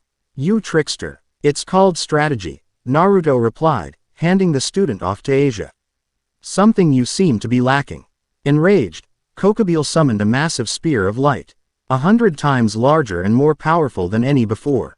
Then die. He hurled it at Naruto. The spear screamed through the air, powerful enough to vaporize the entire school. Naruto simply raised his hand.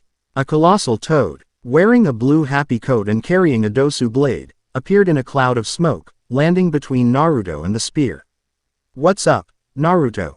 Gamabunta, the chief toad, grumbled. Hey, Bunta, little help, Naruto asked. Gamabunta drew his massive blade and swatted the giant spear of light out of the air like it was a fly, deflecting it into the empty sky where it exploded harmlessly.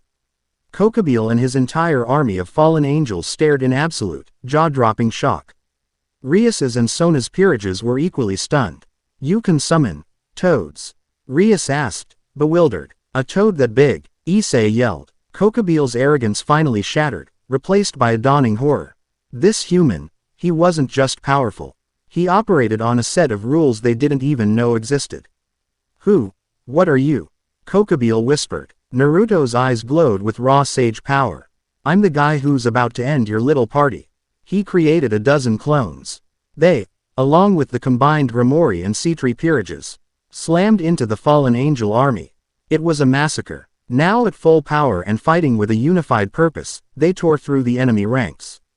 Naruto himself walked straight toward Kokobile. The 10-winged fallen angel, a being who could terrify armies, threw everything he had at Naruto. Spears of light, dark magic, raw power. Naruto walked through it all as if it were a light rain. The attacks dissipating or missing him entirely. He reached Kokobile and looked him in the eye. It's over. Before Kokobile could even respond, a flash of white light descended from the heavens. A figure in brilliant white armor, wielding a sword of pure light, appeared. The White Dragon Emperor, Valley Lucifer. Well, Kokobile, Valley said, his voice amused. Making a mess again, I see. He glanced at Naruto and his eyes, visible through his helmet's visor, widened slightly. He felt the immense, placid ocean of power within him, and the dragon in his own soul, Albion, stirred. So, this is my rival's new host. Interesting. He then looked back at Kokobile. Azazel wants you back. Your little war party is over. He tapped the struggling Kokobile, and a spell circle encased him in ice. With a nod to Naruto that was both a greeting and a challenge, Valley and the frozen Kokobile vanished. The battle was over. The remaining fallen angels, their leader gone, either fled or were captured. The school was saved. As Sona's peerage began tending to the wounded and securing the area, Naruto walked over to the spot where one of Kokobile's lieutenants had fallen.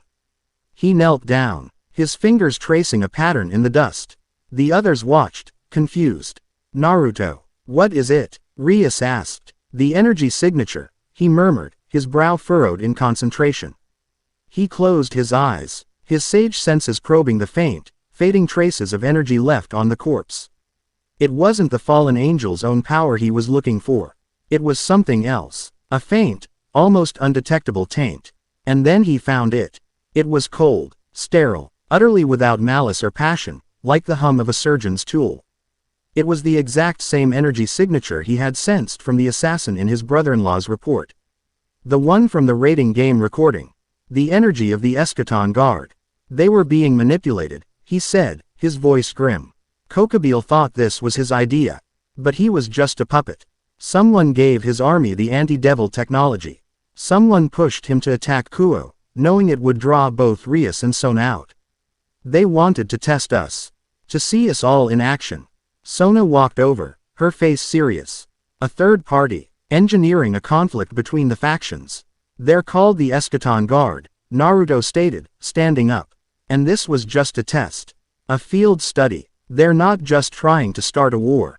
They're gathering data. The realization dawned on Rias and Sona simultaneously, a cold dread that eclipsed the relief of their victory. This whole, terrifying event hadn't been the main attack. It had just been an experiment. They were being observed, studied, and assessed by a hidden enemy with unknown power and unimaginable reach. The true threat wasn't a rogue general like Kokobile. It was the unseen hand that had moved him like a pawn on a chessboard. And Naruto Uzumaki, the greatest anomaly of all, was now at the center of their attention. Chapter 4 End. Chapter 5. Echoes of the Past. Whispers of Purity. The victory over Kokobile should have been a moment of triumph. Instead, it cast a long, cold shadow over Kuoh Academy. The knowledge that a hidden enemy was pulling the strings, an enemy so subtle they could manipulate a warmongering cadre leader without his knowledge, created a tension that was far more unnerving than open conflict. The Eschaton Guard. The name, spoken by Naruto, echoed in the minds of the Grimoire and C3 peerages. It was the whisper of a ghost in a machine they were only just beginning to comprehend. Life at the OC. Cult Research Club headquarters returned to a semblance of normalcy, but it was a fragile illusion. Training sessions became more intense. Rias and Sona held nightly joint strategy meetings, poring over intelligence reports. Searching for any mention of an organization that seemed to exist only in the faintest of energy signatures. Naruto was quieter than usual, often spending hours in deep meditation. His sage senses extended like a vast, invisible net, constantly scanning, waiting for the slightest tremor of that cold, sterile energy. The enemy, however, did not make a grand move. There were no more coordinated attacks. No more political gambits. The Eschaton Guard, having gathered their data, shifted their strategy. They moved from a physical to a psychological battleground. And they chose their target with chilling precision. They didn't target the leaders, Rias or Sona. They didn't target the powerhouse, Naruto. They targeted the one who was most defined by her past, the one whose quiet strength was built upon a foundation of deep-seated fear and trauma. They targeted Kaneko Tuju. It began subtly, a flicker of movement in the corner of her eye that vanished when she looked. The faint, imagined scent of catnip in a sterile hallway. The momentary illusion of a black cat, identical to the one she once had, darting across her path before disappearing. She dismissed it all as her mind playing tricks on her. The stress of the recent battles taking its toll. She retreated further into herself, her silence growing heavier, her appetite for sweets, usually insatiable, diminishing. The others noticed. Issei tried to cheer her up with terrible jokes, which earned him his usual deadpan stare, but it lacked its usual force. Akano offered her special cakes, which she only picked at. Rias tried to talk to her. But Kaneko just shook her head and murmured, "I'm fine, President." Naruto watched her, his perceptive eyes seeing more than the others. He saw the subtle tension in her shoulders. The way her gaze would occasionally dart to an empty corner. He could feel the slight, almost imperceptible disharmony in her life force, like a single string on an instrument slowly being pulled out of tune. He knew something was wrong, but he also knew that pushing her would only make her retreat further. He decided to wait, to observe, to be ready. He didn't have to wait long. One afternoon, Rias sent Kaneko on a simple errand, to retrieve a rare herb from a specific, magically warded grove deep within the Grimoire Estate's forest. It was a secluded, peaceful place, a place Kaneko usually enjoyed. It was the perfect, isolated stage. As she stepped into the sun-dappled clearing, the air grew unnaturally still. The chirping of birds and the rustling of leaves ceased.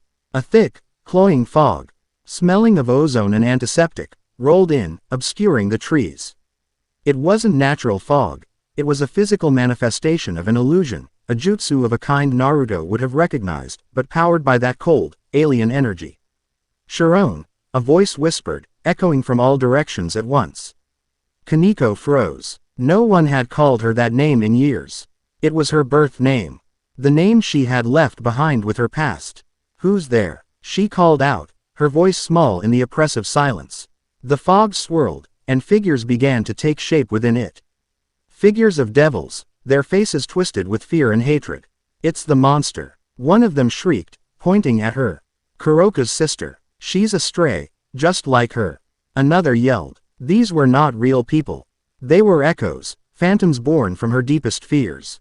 The memory of being hunted, of being scorned, of being feared for the Nekomata blood that flowed through her veins. Her hands clenched into fists, her knuckles white. "I'm not like her," she whispered, as much to herself as to the phantoms. "Aren't you?" the disembodied voice asked again, this time sounding like her own sister, Kuroka. "Don't you feel it, little sister? The power inside you, the urge to let go, to embrace what you are." A new figure emerged from the fog. Her sister, not as she was now, but as she was in Kaneko's worst memories, her eyes wild, her power running rampant. The moment before she had killed her master and been branded a criminal. "Join me, Sharon," the phantom Kuroka purred, her hand outstretched. "We can be free together. Free from their rules, their judgment." "No," Kaneko gritted out, her body trembling. "I have a new family now." "Family." The voice shifted, becoming cold and sterile, the true voice of the manipulator. "A family of tainted blood. A lecherous dragon, a fallen holy woman, a vengeful ghost, a half-breed sadist. All led by an unnatural human abomination whose very existence is a corruption of the life cycle. They don't accept you. They tolerate you. You are their pet monster." Every word was a perfectly crafted dart, aimed at the deepest insecurities she held. The fear that her friends didn't truly see her. That they only kept her around for her strength. "That's not true," she cried out, her control slipping. "Isn't it?" the voice countered. "They see your power. They use your power. But do they understand your pain? The pain of this tainted blood." The fog thickened, and a new sensation washed over her. It was a feeling of profound peace, of cleanliness. It was the sterile energy of the Eschaton Guard, presented not as a threat, but as a balm. "We can help you," the voice offered, its tone now gentle, almost divine. "We can cleanse you. We can remove the part of you that causes you so much pain. We can sever you from your Nekomata heritage. We can make you pure. Whole. You would no longer be a monster. You would just be you. Free from the curse of your blood. Wouldn't that be a relief?" The offer was insidious. It wasn't a threat of destruction, but a promise of salvation. To be free from the fear of losing control, to be free from the judgment, to just be normal. It was a temptation that struck at the very core of her identity. For a moment, a desperate, traitorous part of her wanted to accept. Back at the Orc building, Naruto shot to his feet, knocking his chair over. The others jumped, startled. "Naruto, what is it?" Rias asked, alarmed by the sudden, fierce intensity in his eyes. "Kaneko," he said, his voice a low growl. He could feel it now. The spike of that cold, sterile energy, wrapped around Kaneko's life force like a python. "They've got her. It's an illusion. They're trying to break her." He didn't wait for the others. He vanished in a blur of yellow light. A Hiraishin marker he had secretly placed on Kaniko's favorite hairclip activating. He appeared in the clearing just as Kaniko, her eyes wide with conflict and despair, was about to reach for the phantasmal hand of her sister. The illusionary world wavered for a second at his sudden intrusion. "Kaniko!" he yelled. She turned, her golden eyes unfocused. "Naruto, it's not real," he said, stepping toward her. "They're messing with your head." The sterile voice laughed, the sound echoing through the fog. "The vessel arrives. You are too late, Naruto Uzumaki. The seed of doubt has been planted. She sees the truth. Your bonds are a cage. We offer her true freedom." Naruto ignored the voice. He focused entirely on Kaniko. He could see the war in her eyes, the allure of the purification they were offering. He knew that simply fighting the illusion wouldn't be enough. He couldn't just break her out of it. He had to guide her out. "Don't fight it, Kaniko," he said, his voice surprisingly calm. "Look at it. Look at what they're showing you." Kaniko looked confused. The voice of the Eschaton guard agent seemed taken aback by the strange tactic. "They're showing you your fear," Naruto continued, taking another slow step closer. He was now inside the fog, the illusion pressing in on him as well. He could see the jeering phantoms, feel the cold promise of purification. He ignored it. "They're telling you that your power is a curse. That the part of you that is Nekomata is something dirty that needs to be cleansed." He stopped a few feet from her. "They're wrong. But they're also right about one thing. It does cause you pain. I know that." He closed his eyes for a second, then opened them again. He wasn't looking at Kaniko anymore, he was looking through her, into her. He let his own chakra, his own energy, connect with hers. He wasn't trying to overwhelm her or break the illusion. He was opening a door. He was sharing. "Let me show you something," he said softly. The illusionary clearing dissolved. For a moment, Kaniko was standing in a dark, flooded sewer. In front of her was a colossal cage, and behind its bars, a gigantic, nine-tailed fox made of pure, malevolent red chakra roared, shaking the very foundations of the space. It was Kurama, but not as he was now. It was Kurama as he had been for most of Naruto's life, a being of pure hate, rage, and loneliness. Kaniko gasped, stumbling back from the sheer, overwhelming malice. "This was my curse," Naruto's voice said, echoing in the vast chamber. He stood beside her, his form shimmering like a ghost. "This was the monster inside me.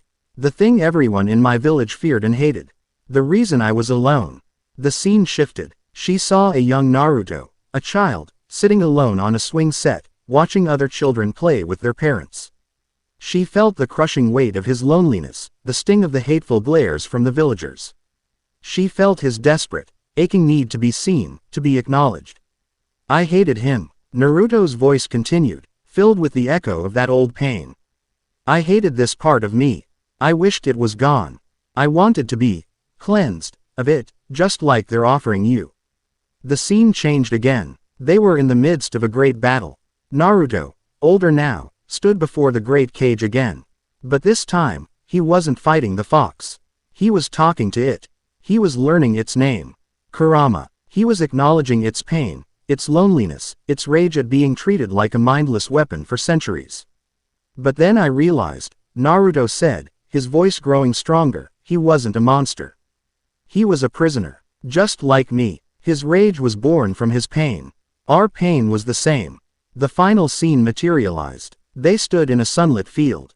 Naruto was in his six paths sage mode, and beside him, no longer behind bars, was Kurama, a titanic but calm being of golden energy.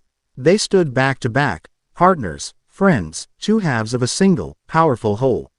The sheer harmony and power of their bond was breathtaking. "I didn't get stronger by cutting out the part of me that everyone feared," Naruto explained, his voice resonating with absolute conviction. "I got stronger by accepting it. By understanding it. By making it my own. Your Nekomata blood isn't a curse, Kaniko. It's a part of you. Your sister's path is not your path. Her pain doesn't have to be your pain." He looked her right in the eye, his own gaze burning with empathy and understanding. "Your power isn't dirty. It's not something to be cleansed. It's your history. It's your strength. And no one, not me, not Rias, not anyone, wants you to be cured of it." We don't tolerate you. We love you. All of you. The quiet girl who loves sweets, and the powerful warrior who can shatter mountains. It's all just you. And you are our friend. You are our family. The illusionary world shattered, not with a bang, but like a reflection in a pond disrupted by a single, gentle touch. The fog evaporated. The sterile, cold energy recoiled as if burned. The clearing was back to normal, the sun shining, the birds singing once more. Kaneko stood there, tears streaming down her face. She wasn't crying from fear or sadness. She was crying from relief. The weight she had carried on her shoulders for so long, the fear she had kept locked away, had finally been lifted. He hadn't erased her pain. He had validated it. He had shown her that he understood, truly understood, what it was like to be seen as a monster. And he had shown her a way forward, not by cutting a part of herself away, but by embracing it. She looked up at Naruto, her golden eyes clear and shining. She didn't say thank you. She didn't need to. She took a step forward and did something she had never done before. She wrapped her small arms around his waist and hugged him, burying her face in his shirt. It was a simple, silent gesture, but it conveyed more loyalty, more trust, and more affection than any words ever could. Naruto smiled and gently rested a hand on her head. It's okay, Kaneko. I've got you. A rustle in the trees snapped him back to attention. His senses, which had been focused on Kaneko, now pinpointed the source of the illusion. A figure in the familiar gray, hooded cloak of the eschaton guard stood on a high branch, already turning to flee. Stay with her, Naruto said to the air, knowing the others were on their way. He handed the now calm Kaneko a kunai with a Hiraishin seal on it. Hold this. In the next instant, he vanished. The eschaton agent was fast, unnaturally so, flitting through the dense forest like a wraith. But they couldn't outrun teleportation. Naruto appeared directly in their path, his arms crossed, blocking their escape. We need to have a talk, Naruto said, his voice devoid of its earlier warmth. The agent didn't speak. They drew a strange, crystalline blade and lunged. The fight was short and brutal. The agent was skilled, their movements precise and deadly, but they were fighting a master. Naruto moved with a fluid grace that seemed to defy physics, disarming them in 3 moves and slamming them against a tree with enough force to crack the trunk. He ripped the hood from their face. He was expecting some kind of monster, a twisted zealot. He was surprised to see a young man, no older than himself, with short silver hair and eyes that burned with a cold, absolute conviction. There was no fear in them. Only fury and indignation. You should not have interfered. The agent spat, his voice filled with righteous anger. We were offering her salvation. A release from the corruption of her blood. You call brainwashing salvation? Naruto countered, his grip tightening. Who are you people? What do you want? We are the guardians of purity. The young man declared, his eyes blazing. We serve the will of Malachi. This world, this universe, is sick. It is drowning in the filth of hybrid beings, broken promises, and pointless wars. It is a failed creation, spiraling into its own self-made abyss. We are the surgeons who will cut out the cancer so that true, clean life can begin anew. His ideological fervor was absolute. He truly believed what he was saying. This wasn't about power or conquest. It was a holy crusade. And you, Naruto Uzumaki, the agent sneered, a trickle of blood running from his lip. You are the ultimate disease. Your power doesn't just fight, it connects. It perpetuates. You take broken things and you mend them, forcing them to continue in their flawed existence. You are not a savior. You are a plague, spreading the false gospel of Seiko. ND chances in a world that is long past saving. Naruto stared at him, a profound sadness welling up inside him. He had heard this kind of talk before. From Nagato. From Obito. Men so broken by the woe. RL's pain that they decided the only solution was to burn it all down and start over. You're wrong, Naruto said simply. The struggle is the point. Mending what's broken is the whole reason we're here. You are blind, the agent said. And then he smiled, a chilling, triumphant smile. But it doesn't matter. You have been tested. You have been analyzed. And now, you have been marked. Before Naruto could react, the agent's body began to glow with a blinding white light. A self-destruction technique. But it wasn't designed to be an explosion. The light was cold, pure, and aimed inward. The agent's body dissolved, not into ash, but into particles of pure, sterile light that faded into nothing. He had erased himself. My part is done, his final words echoed in the clearing. Malachi will cleanse you all. Naruto stood alone in the silent forest.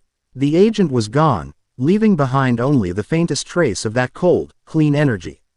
He had learned their motivation. An army of zealots led by a being named Malachi, convinced that the universe needed to be purified through annihilation. And he, the ultimate symbol of connection and redemption, was their primary target. He looked at the kunai in his hand, the one he had given Kaneko. He could feel her steady, calm heartbeat through their connection. He had saved her, but he knew, with a certainty that chilled him to the bone, that this was only the beginning. The Eschaton Guard had just made it personal. Chapter 5 End. Chapter 6. The Lion's Roar and the Coming Storm. The psychological attack on Kaneko sent shockwaves through the underworld's corridors of power. Sirzex, upon hearing the full report from Rias and Naruto, was deeply unsettled. This, Eschaton Guard, was no longer a theoretical threat based on subtle energy signatures. They were a clear and present danger, one that fought on a battlefield of ideology and belief, a front the devils were woefully unprepared for. While Sirzex and the other Satans began a frantic, covert investigation, the old guard factions chose to see things differently. To them, the attack wasn't a sign of a new enemy. It was a sign of Grimori's weakness. The fact that a member of Rias's peerage had been so easily compromised was, in their minds, proof that the human asset, Naruto, was a destabilizing influence, inviting chaos and danger. It was the political ammunition they had been waiting for. The charge was led by Lord Bale. He convened another emergency council, but this time his argument was sharper, his aim more precise. Sirzex, your sentimentality has endangered us all. Lord Bale's voice thundered through the council chamber, his gaze fixed on the leader of the four great Satans. The Grimori household is in disarray, their peerage psychologically fragile. This sacred progenitor program, under their stewardship, has become a liability. The human, Naruto Uzumaki, has brought nothing but conflict and drawn the attention of unknown hostiles. He is a magnet for trouble. He paused, letting his words hang in the tense air. Therefore, I propose a motion. The progenitor contract must be transferred. It must be given to a house with the strength, stability, and pure-blooded fortitude to manage such a critical asset properly. It must be transferred to the House of Bale. A wave of murmurs, a mixture of shock and support, rippled through the assembly. This was a direct, audacious power play. Lord Bale wasn't just trying to discredit Rias, he was trying to claim Naruto for himself, to control the most powerful being they had ever encountered. Rias shot to her feet. You have no right. The contract was made with my family. A contract you have proven incapable of upholding. Lord Bale retorted. Your king is a child, your peerage is a collection of strays and half-breeds. And your greatest asset is a human you can't even control. That's enough, a new voice cut in. It was deep, powerful, and resonated with an unshakable integrity that commanded immediate attention. Saraorg Bale, Lord Bale's son and heir, stepped forward from his family's delegation. He was a mountain of muscle and charisma, his presence a stark contrast to his father's serpentine politicking. He was pure physical power, a warrior in a den of schemers, and he was universally respected for it. He looked not at Rias or Sirzex, but at his own father.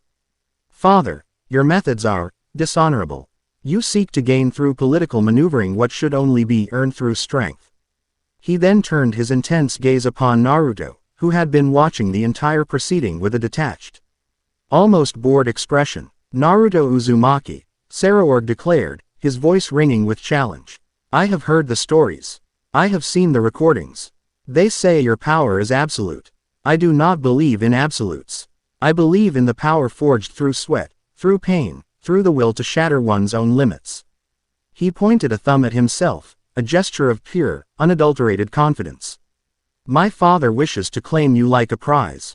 I have no interest in that. But the stability of the underworld is at stake. The confidence of our people is shaken. They need to see strength. They need to see a pillar they can rely on. His eyes narrowed, a fierce, competitive fire lighting within them. I challenge you. A formal duel. No peerages, No tricks, no politics.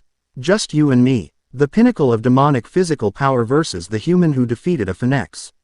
If you win, my house will officially withdraw its claim and recognize the Grimoire family's right to the progenitor contract. And I will personally silence any who dispute it. But if I win, he grinned, a wide, predatory grin that was not malicious but purely competitive. If I win, you will acknowledge that our way, the way of pure, hard-won demonic strength, is superior. The contract will be transferred, and you will come with me. The chamber erupted. This was unprecedented. Saraorg Bale, the undefeated champion of the young generation, the living embodiment of pure-blooded power, was staking his family's political ambitions and his own reputation on a single duel. Lord Bale looked furious at his son's brashness. But Saraorg's challenge had a warrior's honor to it that even the old guard couldn't publicly refute. All eyes turned to Naruto. Naruto pushed himself off the wall he was leaning against. He looked past Saraorg's challenge, past the political maneuvering, and saw the core of the man. He saw a warrior, like himself, who was tired of the talk and believed only in the truth of combat. He saw a rival, a worthy one. You know, Naruto said, a slow smile spreading across his face, I was starting to get really bored of all this talking. He met Saraorg's fiery gaze. I accept. Duel was set for the following day in the Agramon Arena, the underworld's grandest coliseum. The news spread instantly. This was more than a fight, it was a battle for the soul of the underworld. The old way versus the new. The pure blood doctrine against the mysterious power of an outsider. Naruto stood in the center of the vast, sandy arena, the roar of tens of thousands of devils echoing from the stands. He wore his usual simple attire, looking completely out of place, yet utterly at ease. Opposite him, Saraorg stood, stripped to the waist, his ridiculously muscular physique on full display. The demonic energy rolling off him was a physical pressure, dense and overwhelming. I have one condition, Naruto Uzumaki, Saraorg called out, his voice booming across the arena. No tricks, no illusions, no strange techniques that erase people. I want to fight you. I want to feel your fists. I want a true contest of strength. In the stands, Rias and her peerage watched, their hearts pounding. He's asking Naruto to not use ninjutsu, Akano murmured, her voice tight with worry. That's suicide. Naruto heard the challenge and grinned. You got it. He looked up at Saraorg and his eyes bled from blue to a brilliant burning orange, with the horizontal bar of the Toad Sage pigmenting his eyelids. He wasn't entering Six Paths mode. He was just gathering the raw, immense power of nature. I won't use anything but Sage mode and my fists. Let's have some fun. Saraorg's grin widened. Excellent. He stamped his foot, and the ground around him cracked. Then let us begin. He didn't charge. He vanished. His speed, born from pure physical enhancement, was immense. He appeared in front of Naruto, his fist, wreathed in a golden aura of demonic power, aimed straight at Naruto's face. Naruto, his senses amplified to a godlike degree by Sage mode, saw the attack coming as if it were moving through molasses. He didn't dodge. He met the punch with his own. Fist met fist. The impact was apocalyptic. It wasn't a crack. It was a deafening boom that shook the entire arena. A shockwave of pure force erupted from the point of impact, tearing up the sandy floor and blasting a wave of air and dust into the stands, forcing the spectators to shield their faces. Both men were sent skidding backward, their feet carving deep trenches in the arena floor. Naruto flexed his hand, a flicker of surprise in his eyes. Not bad. You hit hard. Saraorg laughed, a booming sound of pure exhilaration.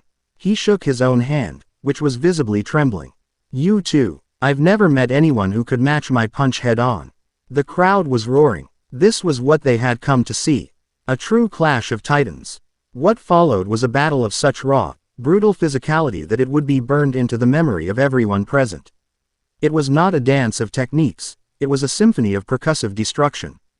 They exchanged blows that broke the sound barrier, each impact sending shockwaves rippling through the air. Saraorg was a whirlwind of relentless offense, his style a mix of boxing and street brawling, each punch and kick carrying the force of a battering ram. He was strength personified. Naruto was his perfect counter. He was just as strong, but his movements were more fluid, more practiced. He used the flowing, unpredictable forms of the frog kata, his fists and feet extensions of the natural energy around him. His every block was a redirection, his every strike was aimed at a weak point. They battled across the arena, their conflict a blur of motion and titanic impacts. Craters formed where they landed. The arena floor was quickly becoming a ruin. Saraorg, realizing he couldn't win a battle of technique, decided to rely on his greatest asset, his indomitable will and demonic stamina. He let out a primal roar, his demonic energy flaring. His attacks became faster, stronger, more reckless. Is this all you have, Naruto Uzumaki? He bellowed, landing a grazing blow on Naruto's shoulder that ripped his sleeve and sent a jolt of pain through him. Not even close, Naruto grunted back, retaliating with a powerful axe kick that Saraorg barely managed to block, the force of it making his arms scream in protest. The fight was escalating. Both men were starting to show signs of wear. A cut on Naruto's cheek, a bruise forming on Saraorg's ribs. But neither of them was slowing down. If anything, they were speeding up, fueled by the sheer thrill of having found a worthy opponent. Amazing, Saraorg panted, a bloody grin on his face. To push me this far with no demonic power, just your own strength and this, sage mode. You are truly a monster. He took a deep breath, and the golden aura around him intensified, coalescing. He was gathering power for his ultimate attack. At the same time, Naruto drew his hands back to his side, a sphere of swirling natural energy beginning to form in his palm. It was a Rasengan, but it was different. It was massive, turbulent, and contained the raw, untamed power of the natural world. A Senjutsu Rasengan. Just as they were about to unleash their final, decisive attacks, a sound tore through the arena. It was a high-pitched, piercing shriek. A sound that seemed to rip at the very fabric of reality. The sky above the open Colosseum, the familiar crimson sky of the underworld, shattered like glass. But there was no sky behind it. There was only a cold, sterile, white void. From the cracks, beams of pure, white, anti-magical light shot down, striking the magical barriers protecting the arena. The barriers, capable of withstanding the power of a great Satan, flickered, cracked, and then disintegrated. Panic erupted in the stands. This wasn't part of the duel. This was an invasion. From the cracks in the sky, figures began to descend. Hundreds of them. They were clad in stark white and gray armor that seemed to absorb light, their faces hidden behind impassive, featureless helmets. They moved with silent, unified precision. The Eschaton Guard. But these were not just foot soldiers. Leading them were three figures who radiated an aura of immense power. They were Malachi's lieutenants, his chosen apostles of the Great Cleansing. One was a being of sharp, geometric angles, its form seemingly composed of crystalline blades. Another was a wraith of pure shadow, its presence a vortex that seemed to drain the color and warmth from the air. The third was a woman of serene, terrifying beauty, with eyes that glowed with the cold, white light of a dying star. Devils of the underworld, the woman's voice echoed, calm and devoid of emotion, yet carrying to every corner of the Colosseum. Your time of judgment has come. You are a failed creation, a blight upon the cosmic order. By the will of Malachi, you shall be purified. The Eschaton Guard soldiers descended into the stands, their crystalline weapons glowing. They didn't just attack, they nullified. Their blades passed through demonic shields as if they weren't there. Their energy blasts didn't just injure, they seemed to unravel the very essence of demonic beings, causing them to flicker and fade. This wasn't a battle, it was a culling. Sirzex and the other Satans instantly moved to act. But the three lieutenants intercepted them. The Wraith of Shadow engaged Sirzex, its darkness swallowing his power of destruction. The crystalline warrior met Ajuka Beelzebub, its razor-sharp form shifting to counter his complex formulas. The serene woman faced Seraphal and Falbium, her cold light freezing their magic in its tracks. The leaders of the our world were locked in battle with beings that were their perfect counters.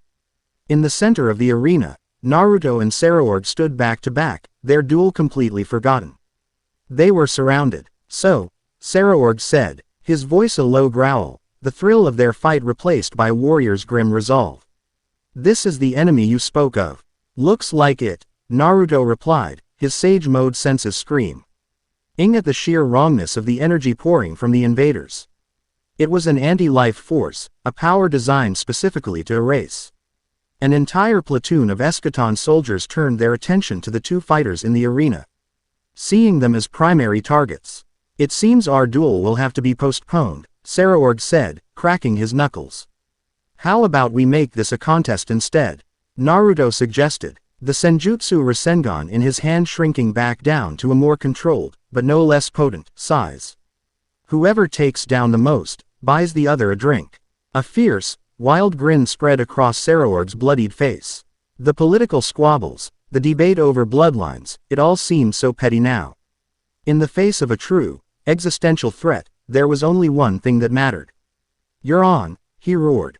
And then they attacked. It was a sight no one who survived would ever forget. The two strongest fighters of their generation, rivals moments before, now fighting as a single, unstoppable force. Saraorg was a lion unleashed. He plunged into the ranks of the Eschaton Guard, his fists moving in a blur, each punch shattering the crystalline armor and the bodies within. He was a whirlwind of pure, indomitable physical might, his demonic power raging against the nullification field through sheer force of will. Naruto was a storm. He moved among the enemy like a phantom, a Rasengan in his hand. He didn't just destroy them. His Senjutsu-infused attacks, powered by the life force of the planet itself, were the ultimate antithesis to the Eschaton Guard's sterile, anti-life energy. When his Rasengan struck a soldier, it didn't just obliterate them, it overwrote their very existence, causing them to dissolve into harmless particles of light, their connection to Malachi's power severed. Rias, Sona, and their peerages were already in action, defending the panicked civilians in the stands. Kiba and Zenobia, who had arrived with the Cetri contingent, fought back to back, a whirlwind of holy and demonic steel. Akeno and Kaneko cleared entire sections, their lightning and raw power a terrifying combination. They were fighting with a desperation and synergy born from Naruto's training and the recent battles. They were holding the line. But the enemy was endless, pouring from the shattered sky. For every soldier they struck down, two more took their place. The underworld was on the verge of being overwhelmed. Naruto and Saraorg carved a path of destruction through the arena floor, moving toward the stands where Rias and the others were being pushed back. "There are too many of them," Saraorg yelled over the din of battle, smashing two soldiers together with a thunderous clap. "Then we just have to be faster," Naruto yelled back, creating two shadow clones who immediately began forming their own Rasengans. As they fought, Saraorg glanced at Naruto. He saw the human, the outsider his father had scorned, fighting with a ferocity and a joy that matched his own. He saw him protecting devils he had no obligation to protect. He saw him creating openings for Saraorg himself, the two of them moving with an unspoken, instinctual synergy as if they had been fighting side by side for years. In that moment, Saraorg Bale's entire worldview shattered. Pride, bloodline, heritage, none of it mattered. Strength was strength, honor was honor, and the man fighting beside him, the human with the strange orange eyes, had more of both than anyone he had ever known. They broke through the last line of soldiers, reaching the embattled peerages.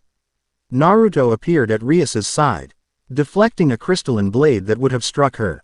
Saraorg stood before his cousin, protecting the Cetri peerage, a living shield of muscle and will. They stood together, Naruto, Saraorg, Rias, Sona, and all their knights, rooks, and bishops, a patchwork alliance of rivals and friends, pure-bloods and half-breeds, devils and one lone human. They were battered, exhausted, and hopelessly outnumbered, and they were all that stood between the underworld and its purification. The serene, star-eyed lieutenant, having momentarily pushed back Seraphol, turned her cold gaze upon the group. "The resistance is admirable, but futile. The Grimoire anomaly and the Bale lion, fighting together. It changes nothing. You will all be cleansed." She raised her hand, and a colossal beam of white, unmaking light began to form, aimed at the heart of their small, defiant group. The sheer power radiating from it promised absolute annihilation. Naruto stepped forward, planting his feet. He looked at Saraorg, at Rias, at Akeno and Kaneko. At all the new, complicated, and precious bonds he had formed in this strange world. He wasn't just fighting for their survival anymore. He was fighting for his home. His sage mode flared, drawing in a truly staggering amount of natural energy. The ground around him cracked. The air itself seemed to vibrate. He was done holding back. He was about to show them. What happened when you threatened his family? Bring it on, he growled, a universe of power coiling within him, ready to be unleashed. Chapter 6 End. Chapter 7. The Genesis Will. The beam of white Li. GHT fired by the Eschaton lieutenant wasn't an attack. It was a statement. It was a torrent of pure, conceptual erasure, a wave of anti-existence designed to wipe a target from the annals of reality. It screamed through the air, sucking the color and sound from its path, a moving void that promised a quiet, absolute end. Rias and Sona threw up their strongest defensive barriers, their demonic RS combined into a shield of crimson and blue. Saruorg stood before it, his muscles bulging as he prepared to meet the blast with his own body, a futile but defiant gesture. Kiba, Xenovia, Issei, they all braced for an impact they knew they couldn't survive. Naruto didn't erect a barrier. He didn't try to dodge. He took one step forward, in front of everyone, and clasped his hands together. Sage art would release. Deep forest emergence. Quote, the ground of the Agramon arena, stone and sand that had not seen life in millennia, exploded. But it wasn't an explosion of force, it was an explosion of life. Massive, writhing trees of an impossible size erupted from the ground, their branches thick as towers, their wood dense with the vibrant, life-giving energy of senjutsu. They grew at an impossible rate, intertwining to form a colossal, domed wall in a matter of seconds. It wasn't just a wall of wood, it was a wall of pure, unbridled life force. The beam of erasure slammed into the wooden dome. There was no explosion. The two diametrically opposed forces met in a silent, violent struggle for dominance. The white light of annihilation ate at the wood, causing it to sizzle and dissolve. But for every branch that was unmade, two more grew in its place, fueled by the near-infinite well of natural energy Naruto was channeling. The dome groaned and cracked, but it held. Life was refusing to be unmade. Inside the dome of living wood, everyone stared in stunned silence. Saruorg looked from the groaning barrier to Naruto, who stood at its epicenter, his hands still clasped, sweat beading on his brow. The sheer scale of the technique was beyond anything they could have imagined. He hadn't just created a shield, he had forced life to bloom in the heart of a sterile arena to defy extinction itself. The beam of light sputtered and died, its energy expended against the endlessly regenerating wall. The Eschaton lieutenant, the serene woman with eyes like dying stars, stared, her eternal CALM finally broken by a flicker of disbelief.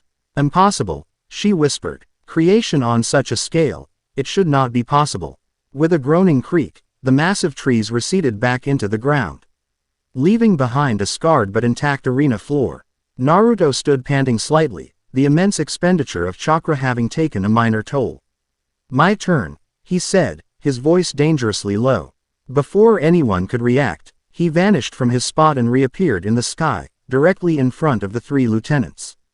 He had left a Hiraishan marker on one of the flying soldiers during the chaos. The Grimoire anomaly is mine. The Wraith of Shadow hissed, lunging at Naruto. Naruto didn't even look at it. He simply thrust his hand to the side. Rasengan. A second Naruto, a shadow clone, appeared out of thin air, slamming a perfect, spiraling sphere of chakra into the Shadow Wraith. The pure, rotating energy disrupted its ethereal form, and the Wraith shrieked as it was torn apart. One down. The crystalline warrior lunged next, its body morphing into 1,000 razor-sharp blades. Naruto met the charge head-on. His movements were a blur, his fists and feet glowing with the golden sheen of sage chakra. He didn't try to break the crystalline form. He struck at its joints, at the conceptual points where its form connected. Each strike was delivered with the force of a tectonic plate, not shattering the blades, but disrupting the will that held them together. With a final, powerful palm strike to the creature's center, the crystalline warrior lost its cohesion and shattered into a million inert, glittering shards. Two down. The serene woman, the last lieutenant, stared at him, her disbelief turning to something that almost resembled fear. You are not a simple vessel. What are you? I'm Naruto Uzumaki, he declared, and then he was upon her. He didn't give her time to launch another attack. He moved with a speed that seemed to bend space, his fist cocked back. The punch was simple, direct, and contained the focused rage of a man defending his home. It slammed into her stomach, and the serene being doubled over, a crack appearing on her porcelain-like skin. He grabbed her by the head, his sage-enhanced eyes looking directly into her soul. "Tell your boss," he growled, "I'm coming for him." He threw her back toward the rent in the sky, a living message to her master. The Eschaton soldiers, their commanders defeated in less than 10 seconds, faltered. Their unified, hive-mind precision broke, replaced by a flicker of confusion and uncertainty. It was the opening the devils needed. Circex, freed from his opponent, unleashed his true power, and a wave of pure destruction energy, no longer nullified, erased a swath of the invading army. Sona's and Rias's peerages, fighting with renewed vigor, pushed the attackers back. The tide of the battle had turned. But then, a new presence made itself known. A profound, absolute silence fell over the entire underworld.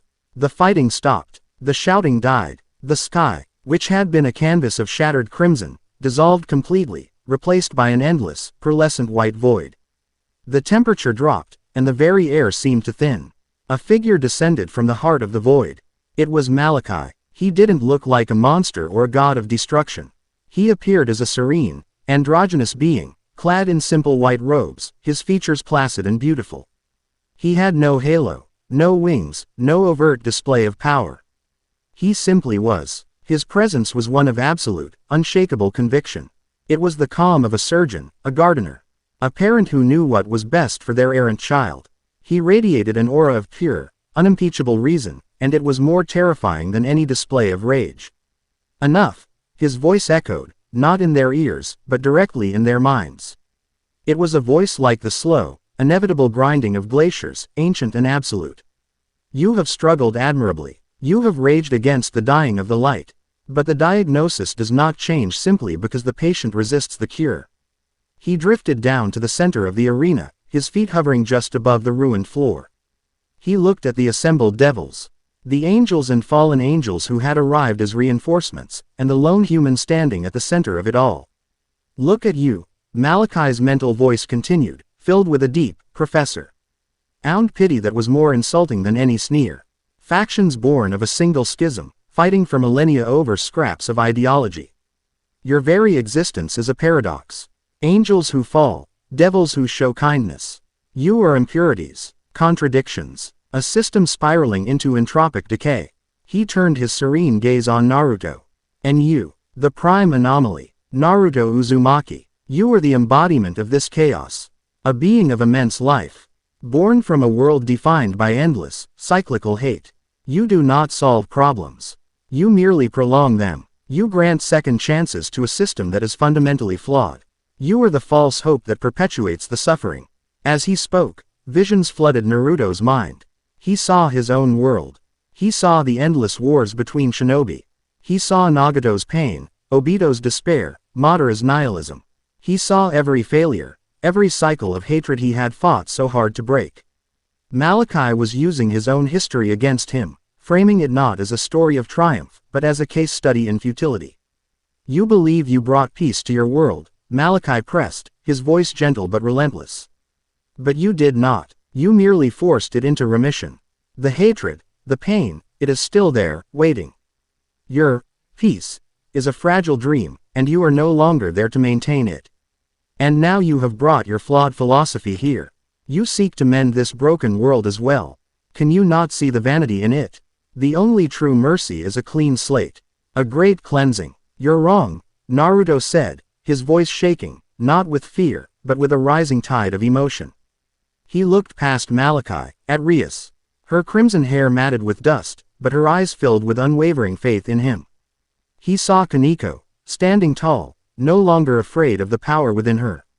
He saw Akano, her lightning crackling not with sadism, but with a fierce, protective loyalty. He saw Issei, Kiba, Asia. He saw Saraorg, his rival, now his ally, ready to fight and die at his side. "You see a failed system," Naruto said, his voice growing stronger, his conviction solidifying into a diamond-hard certainty. "I see people trying their best. You see chaos. I see life. It's messy. It's painful. It's full of contradictions. But it's real. That struggle, the one you despise, that's the whole point. Trying to be better, failing, and getting back up to try again, that's what it means to be alive. He closed his eyes, and the golden energy of sage mode receded. For a moment, he looked like a normal human again. But then, a new power, something far greater, awoke. A rainbow-colored aura of pure, transcendent energy enveloped him. The truth-seeking orbs, black as the void, materialized behind him, and the black rod of the six paths formed in his hand. His eyes opened, now a brilliant, cosmic gold, Holden. The wisdom of a sage and the power of a god. You want to erase everything because you're afraid of the pain of connection, Naruto declared, his voice now resonating with the power of the sage of six paths. But you can't have one without the other. You can't have love without the risk of loss. You can't have hope without the possibility of despair. To erase the pain, you have to erase it all. And I won't let you do that. Malachi's serene expression finally hardened. So be it. If you will not see reason, then you will be the first to be purified. He raised a hand. The white void of the sky began to collapse inward, compressing into a single point of incandescent, annihilating light above his palm. It was a power that could unmake a star. Naruto didn't prepare a destructive jutsu in response. He didn't form a tailed beast bomb or a Rasenshuriken. He held his hands out, palms open. From within him, a new energy bloomed. It wasn't the violent power of a tailed beast, nor the tranquil power of nature. It was the raw, undiluted life force of the Uzumaki clan, the Genesis seed, that Sirzex had spoken of, now amplified to a divine scale by his six paths power. It was a brilliant, emerald green light, pulsing with the rhythm of a billion heartbeats. It was the power of creation. The will to begin. He combined it with the universal understanding of six paths senjutsu. He wasn't building a weapon to destroy Malachi. He was building a key to rewrite him. You want to show me what oblivion looks like? Naruto said, the green light swelling around him. Fine. But first, I'm going to show you what you're trying to erase. He thrust his hands forward. The wave of emerald green Genesis energy shot out, not as a destructive beam, but as an enveloping, immersive wave. It met Aki's compressed sphere of annihilation. The collision was silent. There was no explosion. The two ultimate forces, creation and uncreation, met and began to override one another. Malachi's power was designed to erase existence. Naruto's technique was designed to force existence upon the unexistent. The green light enveloped Malachi, and in that instant, the ancient, serene being was ripped fr. His void of detached purity and plunged into the messy, chaotic, beautiful river of life he had sought to end. He felt it all. He felt the fierce, protective love Rias had for her peerage. He felt the joy of Issei achieving his dream of becoming a hero to his friends. He felt the quiet, profound gratitude of Kaneko as she finally accepted herself. He felt Akino's relief at being loved for all her broken pieces. He felt Saraor's exhilaration at finding a true rival. He felt the hope of Asia, the loyalty of Kiba, the friendship, the love, the rivalry, the pain, the joy, the struggle. He was forced to experience the sum total of every bond, every connection, every messy, beautiful emotion of every being in that arena. It was too much. The sheer, overwhelming weight of existence, of connection, was an agony far greater than any physical pain. His detached, sterile philosophy shattered under the undeniable, vibrant truth of what it meant to be alive. No, his mental voice whispered, no longer a glacier, but the cracking of a single, fragile sheet of ice. This feeling, this pain, this joy, it is unbearable. He was not destroyed. He was fundamentally, irrevocably changed. The being of pure, sterile logic had been forcibly given a heart, and the shock of its first beat was shattering him from the inside out. The white void above them wavered and collapsed. The familiar, blood, red sky of the underworld flickered back into existence. The remaining Eschaton soldiers, their connection to their master's divine will severed, clutched their heads and screamed as the echoes of emotions Malachi had felt washed over them. They were no longer a unified army. They were a collection of lost, confused, and terrified individuals. Malachi, his serene form now trembling, looked at Naruto. His eyes no longer holding the light of a dying star, but the terrified, wondrous gaze of a newborn. He opened his mouth, but no sound came out. With a final, shuddering tremor, he and the remnants of his guard faded away. Not erased, but retreating into the deep corners of reality to try and comprehend the unbearable truth they had been shown. Silence. The battle was over. The invasion had been stopped. Naruto's 6 paths mode faded, the rainbow aura receding into him. He stood there, panting, the weight of his final technique finally hitting him. He stumbled, his legs giving out. Before he could hit the ground, he was caught. Rias was there, her arms wrapped around him. Akeno was on his other side, supporting him. Kaneko stood in front of him, her small hands on his chest as if to hold him up. Kiba, Issei, Asia, his entire peerage surrounded him, a living, breathing shield. Saraorg Bale walked over, his body battered and bruised, but his eyes shining with a profound, newfound respect. He looked at Naruto, then at the peerage holding him up, and then at his own father in the stands, who was staring with a look of utter bewilderment.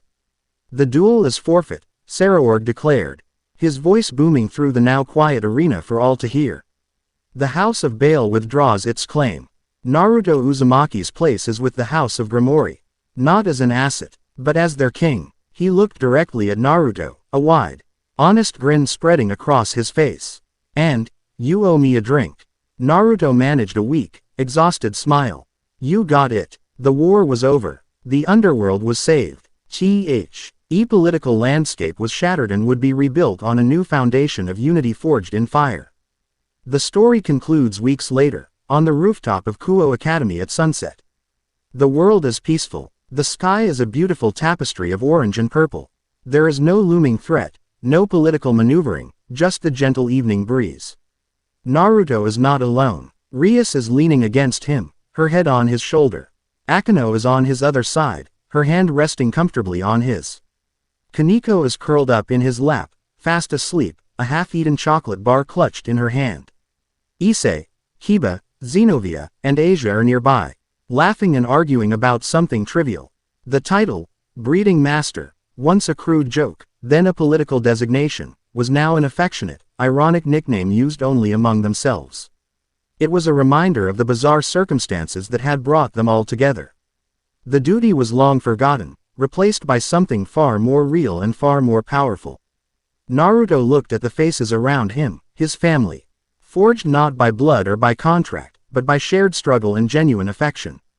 He had been pulled from a world where he had achieved his dream, a world that had become quiet and still, and thrown into a chaotic new reality. He had come here as an unwilling progenitor, a tool for survival. He had stayed as a protector, a leader, a friend, a lover, a king. He had found a new purpose. He had found a new home. Rias squeezed his hand, and he squeezed back. A silent promise passed between them, a promise of the new era they would build together. An era born not from the ashes of a dying race, but from the unshakable bonds of a found family, and the genesis will of a man who believed, above all else, in the power of a second chance. Chapter 7 End.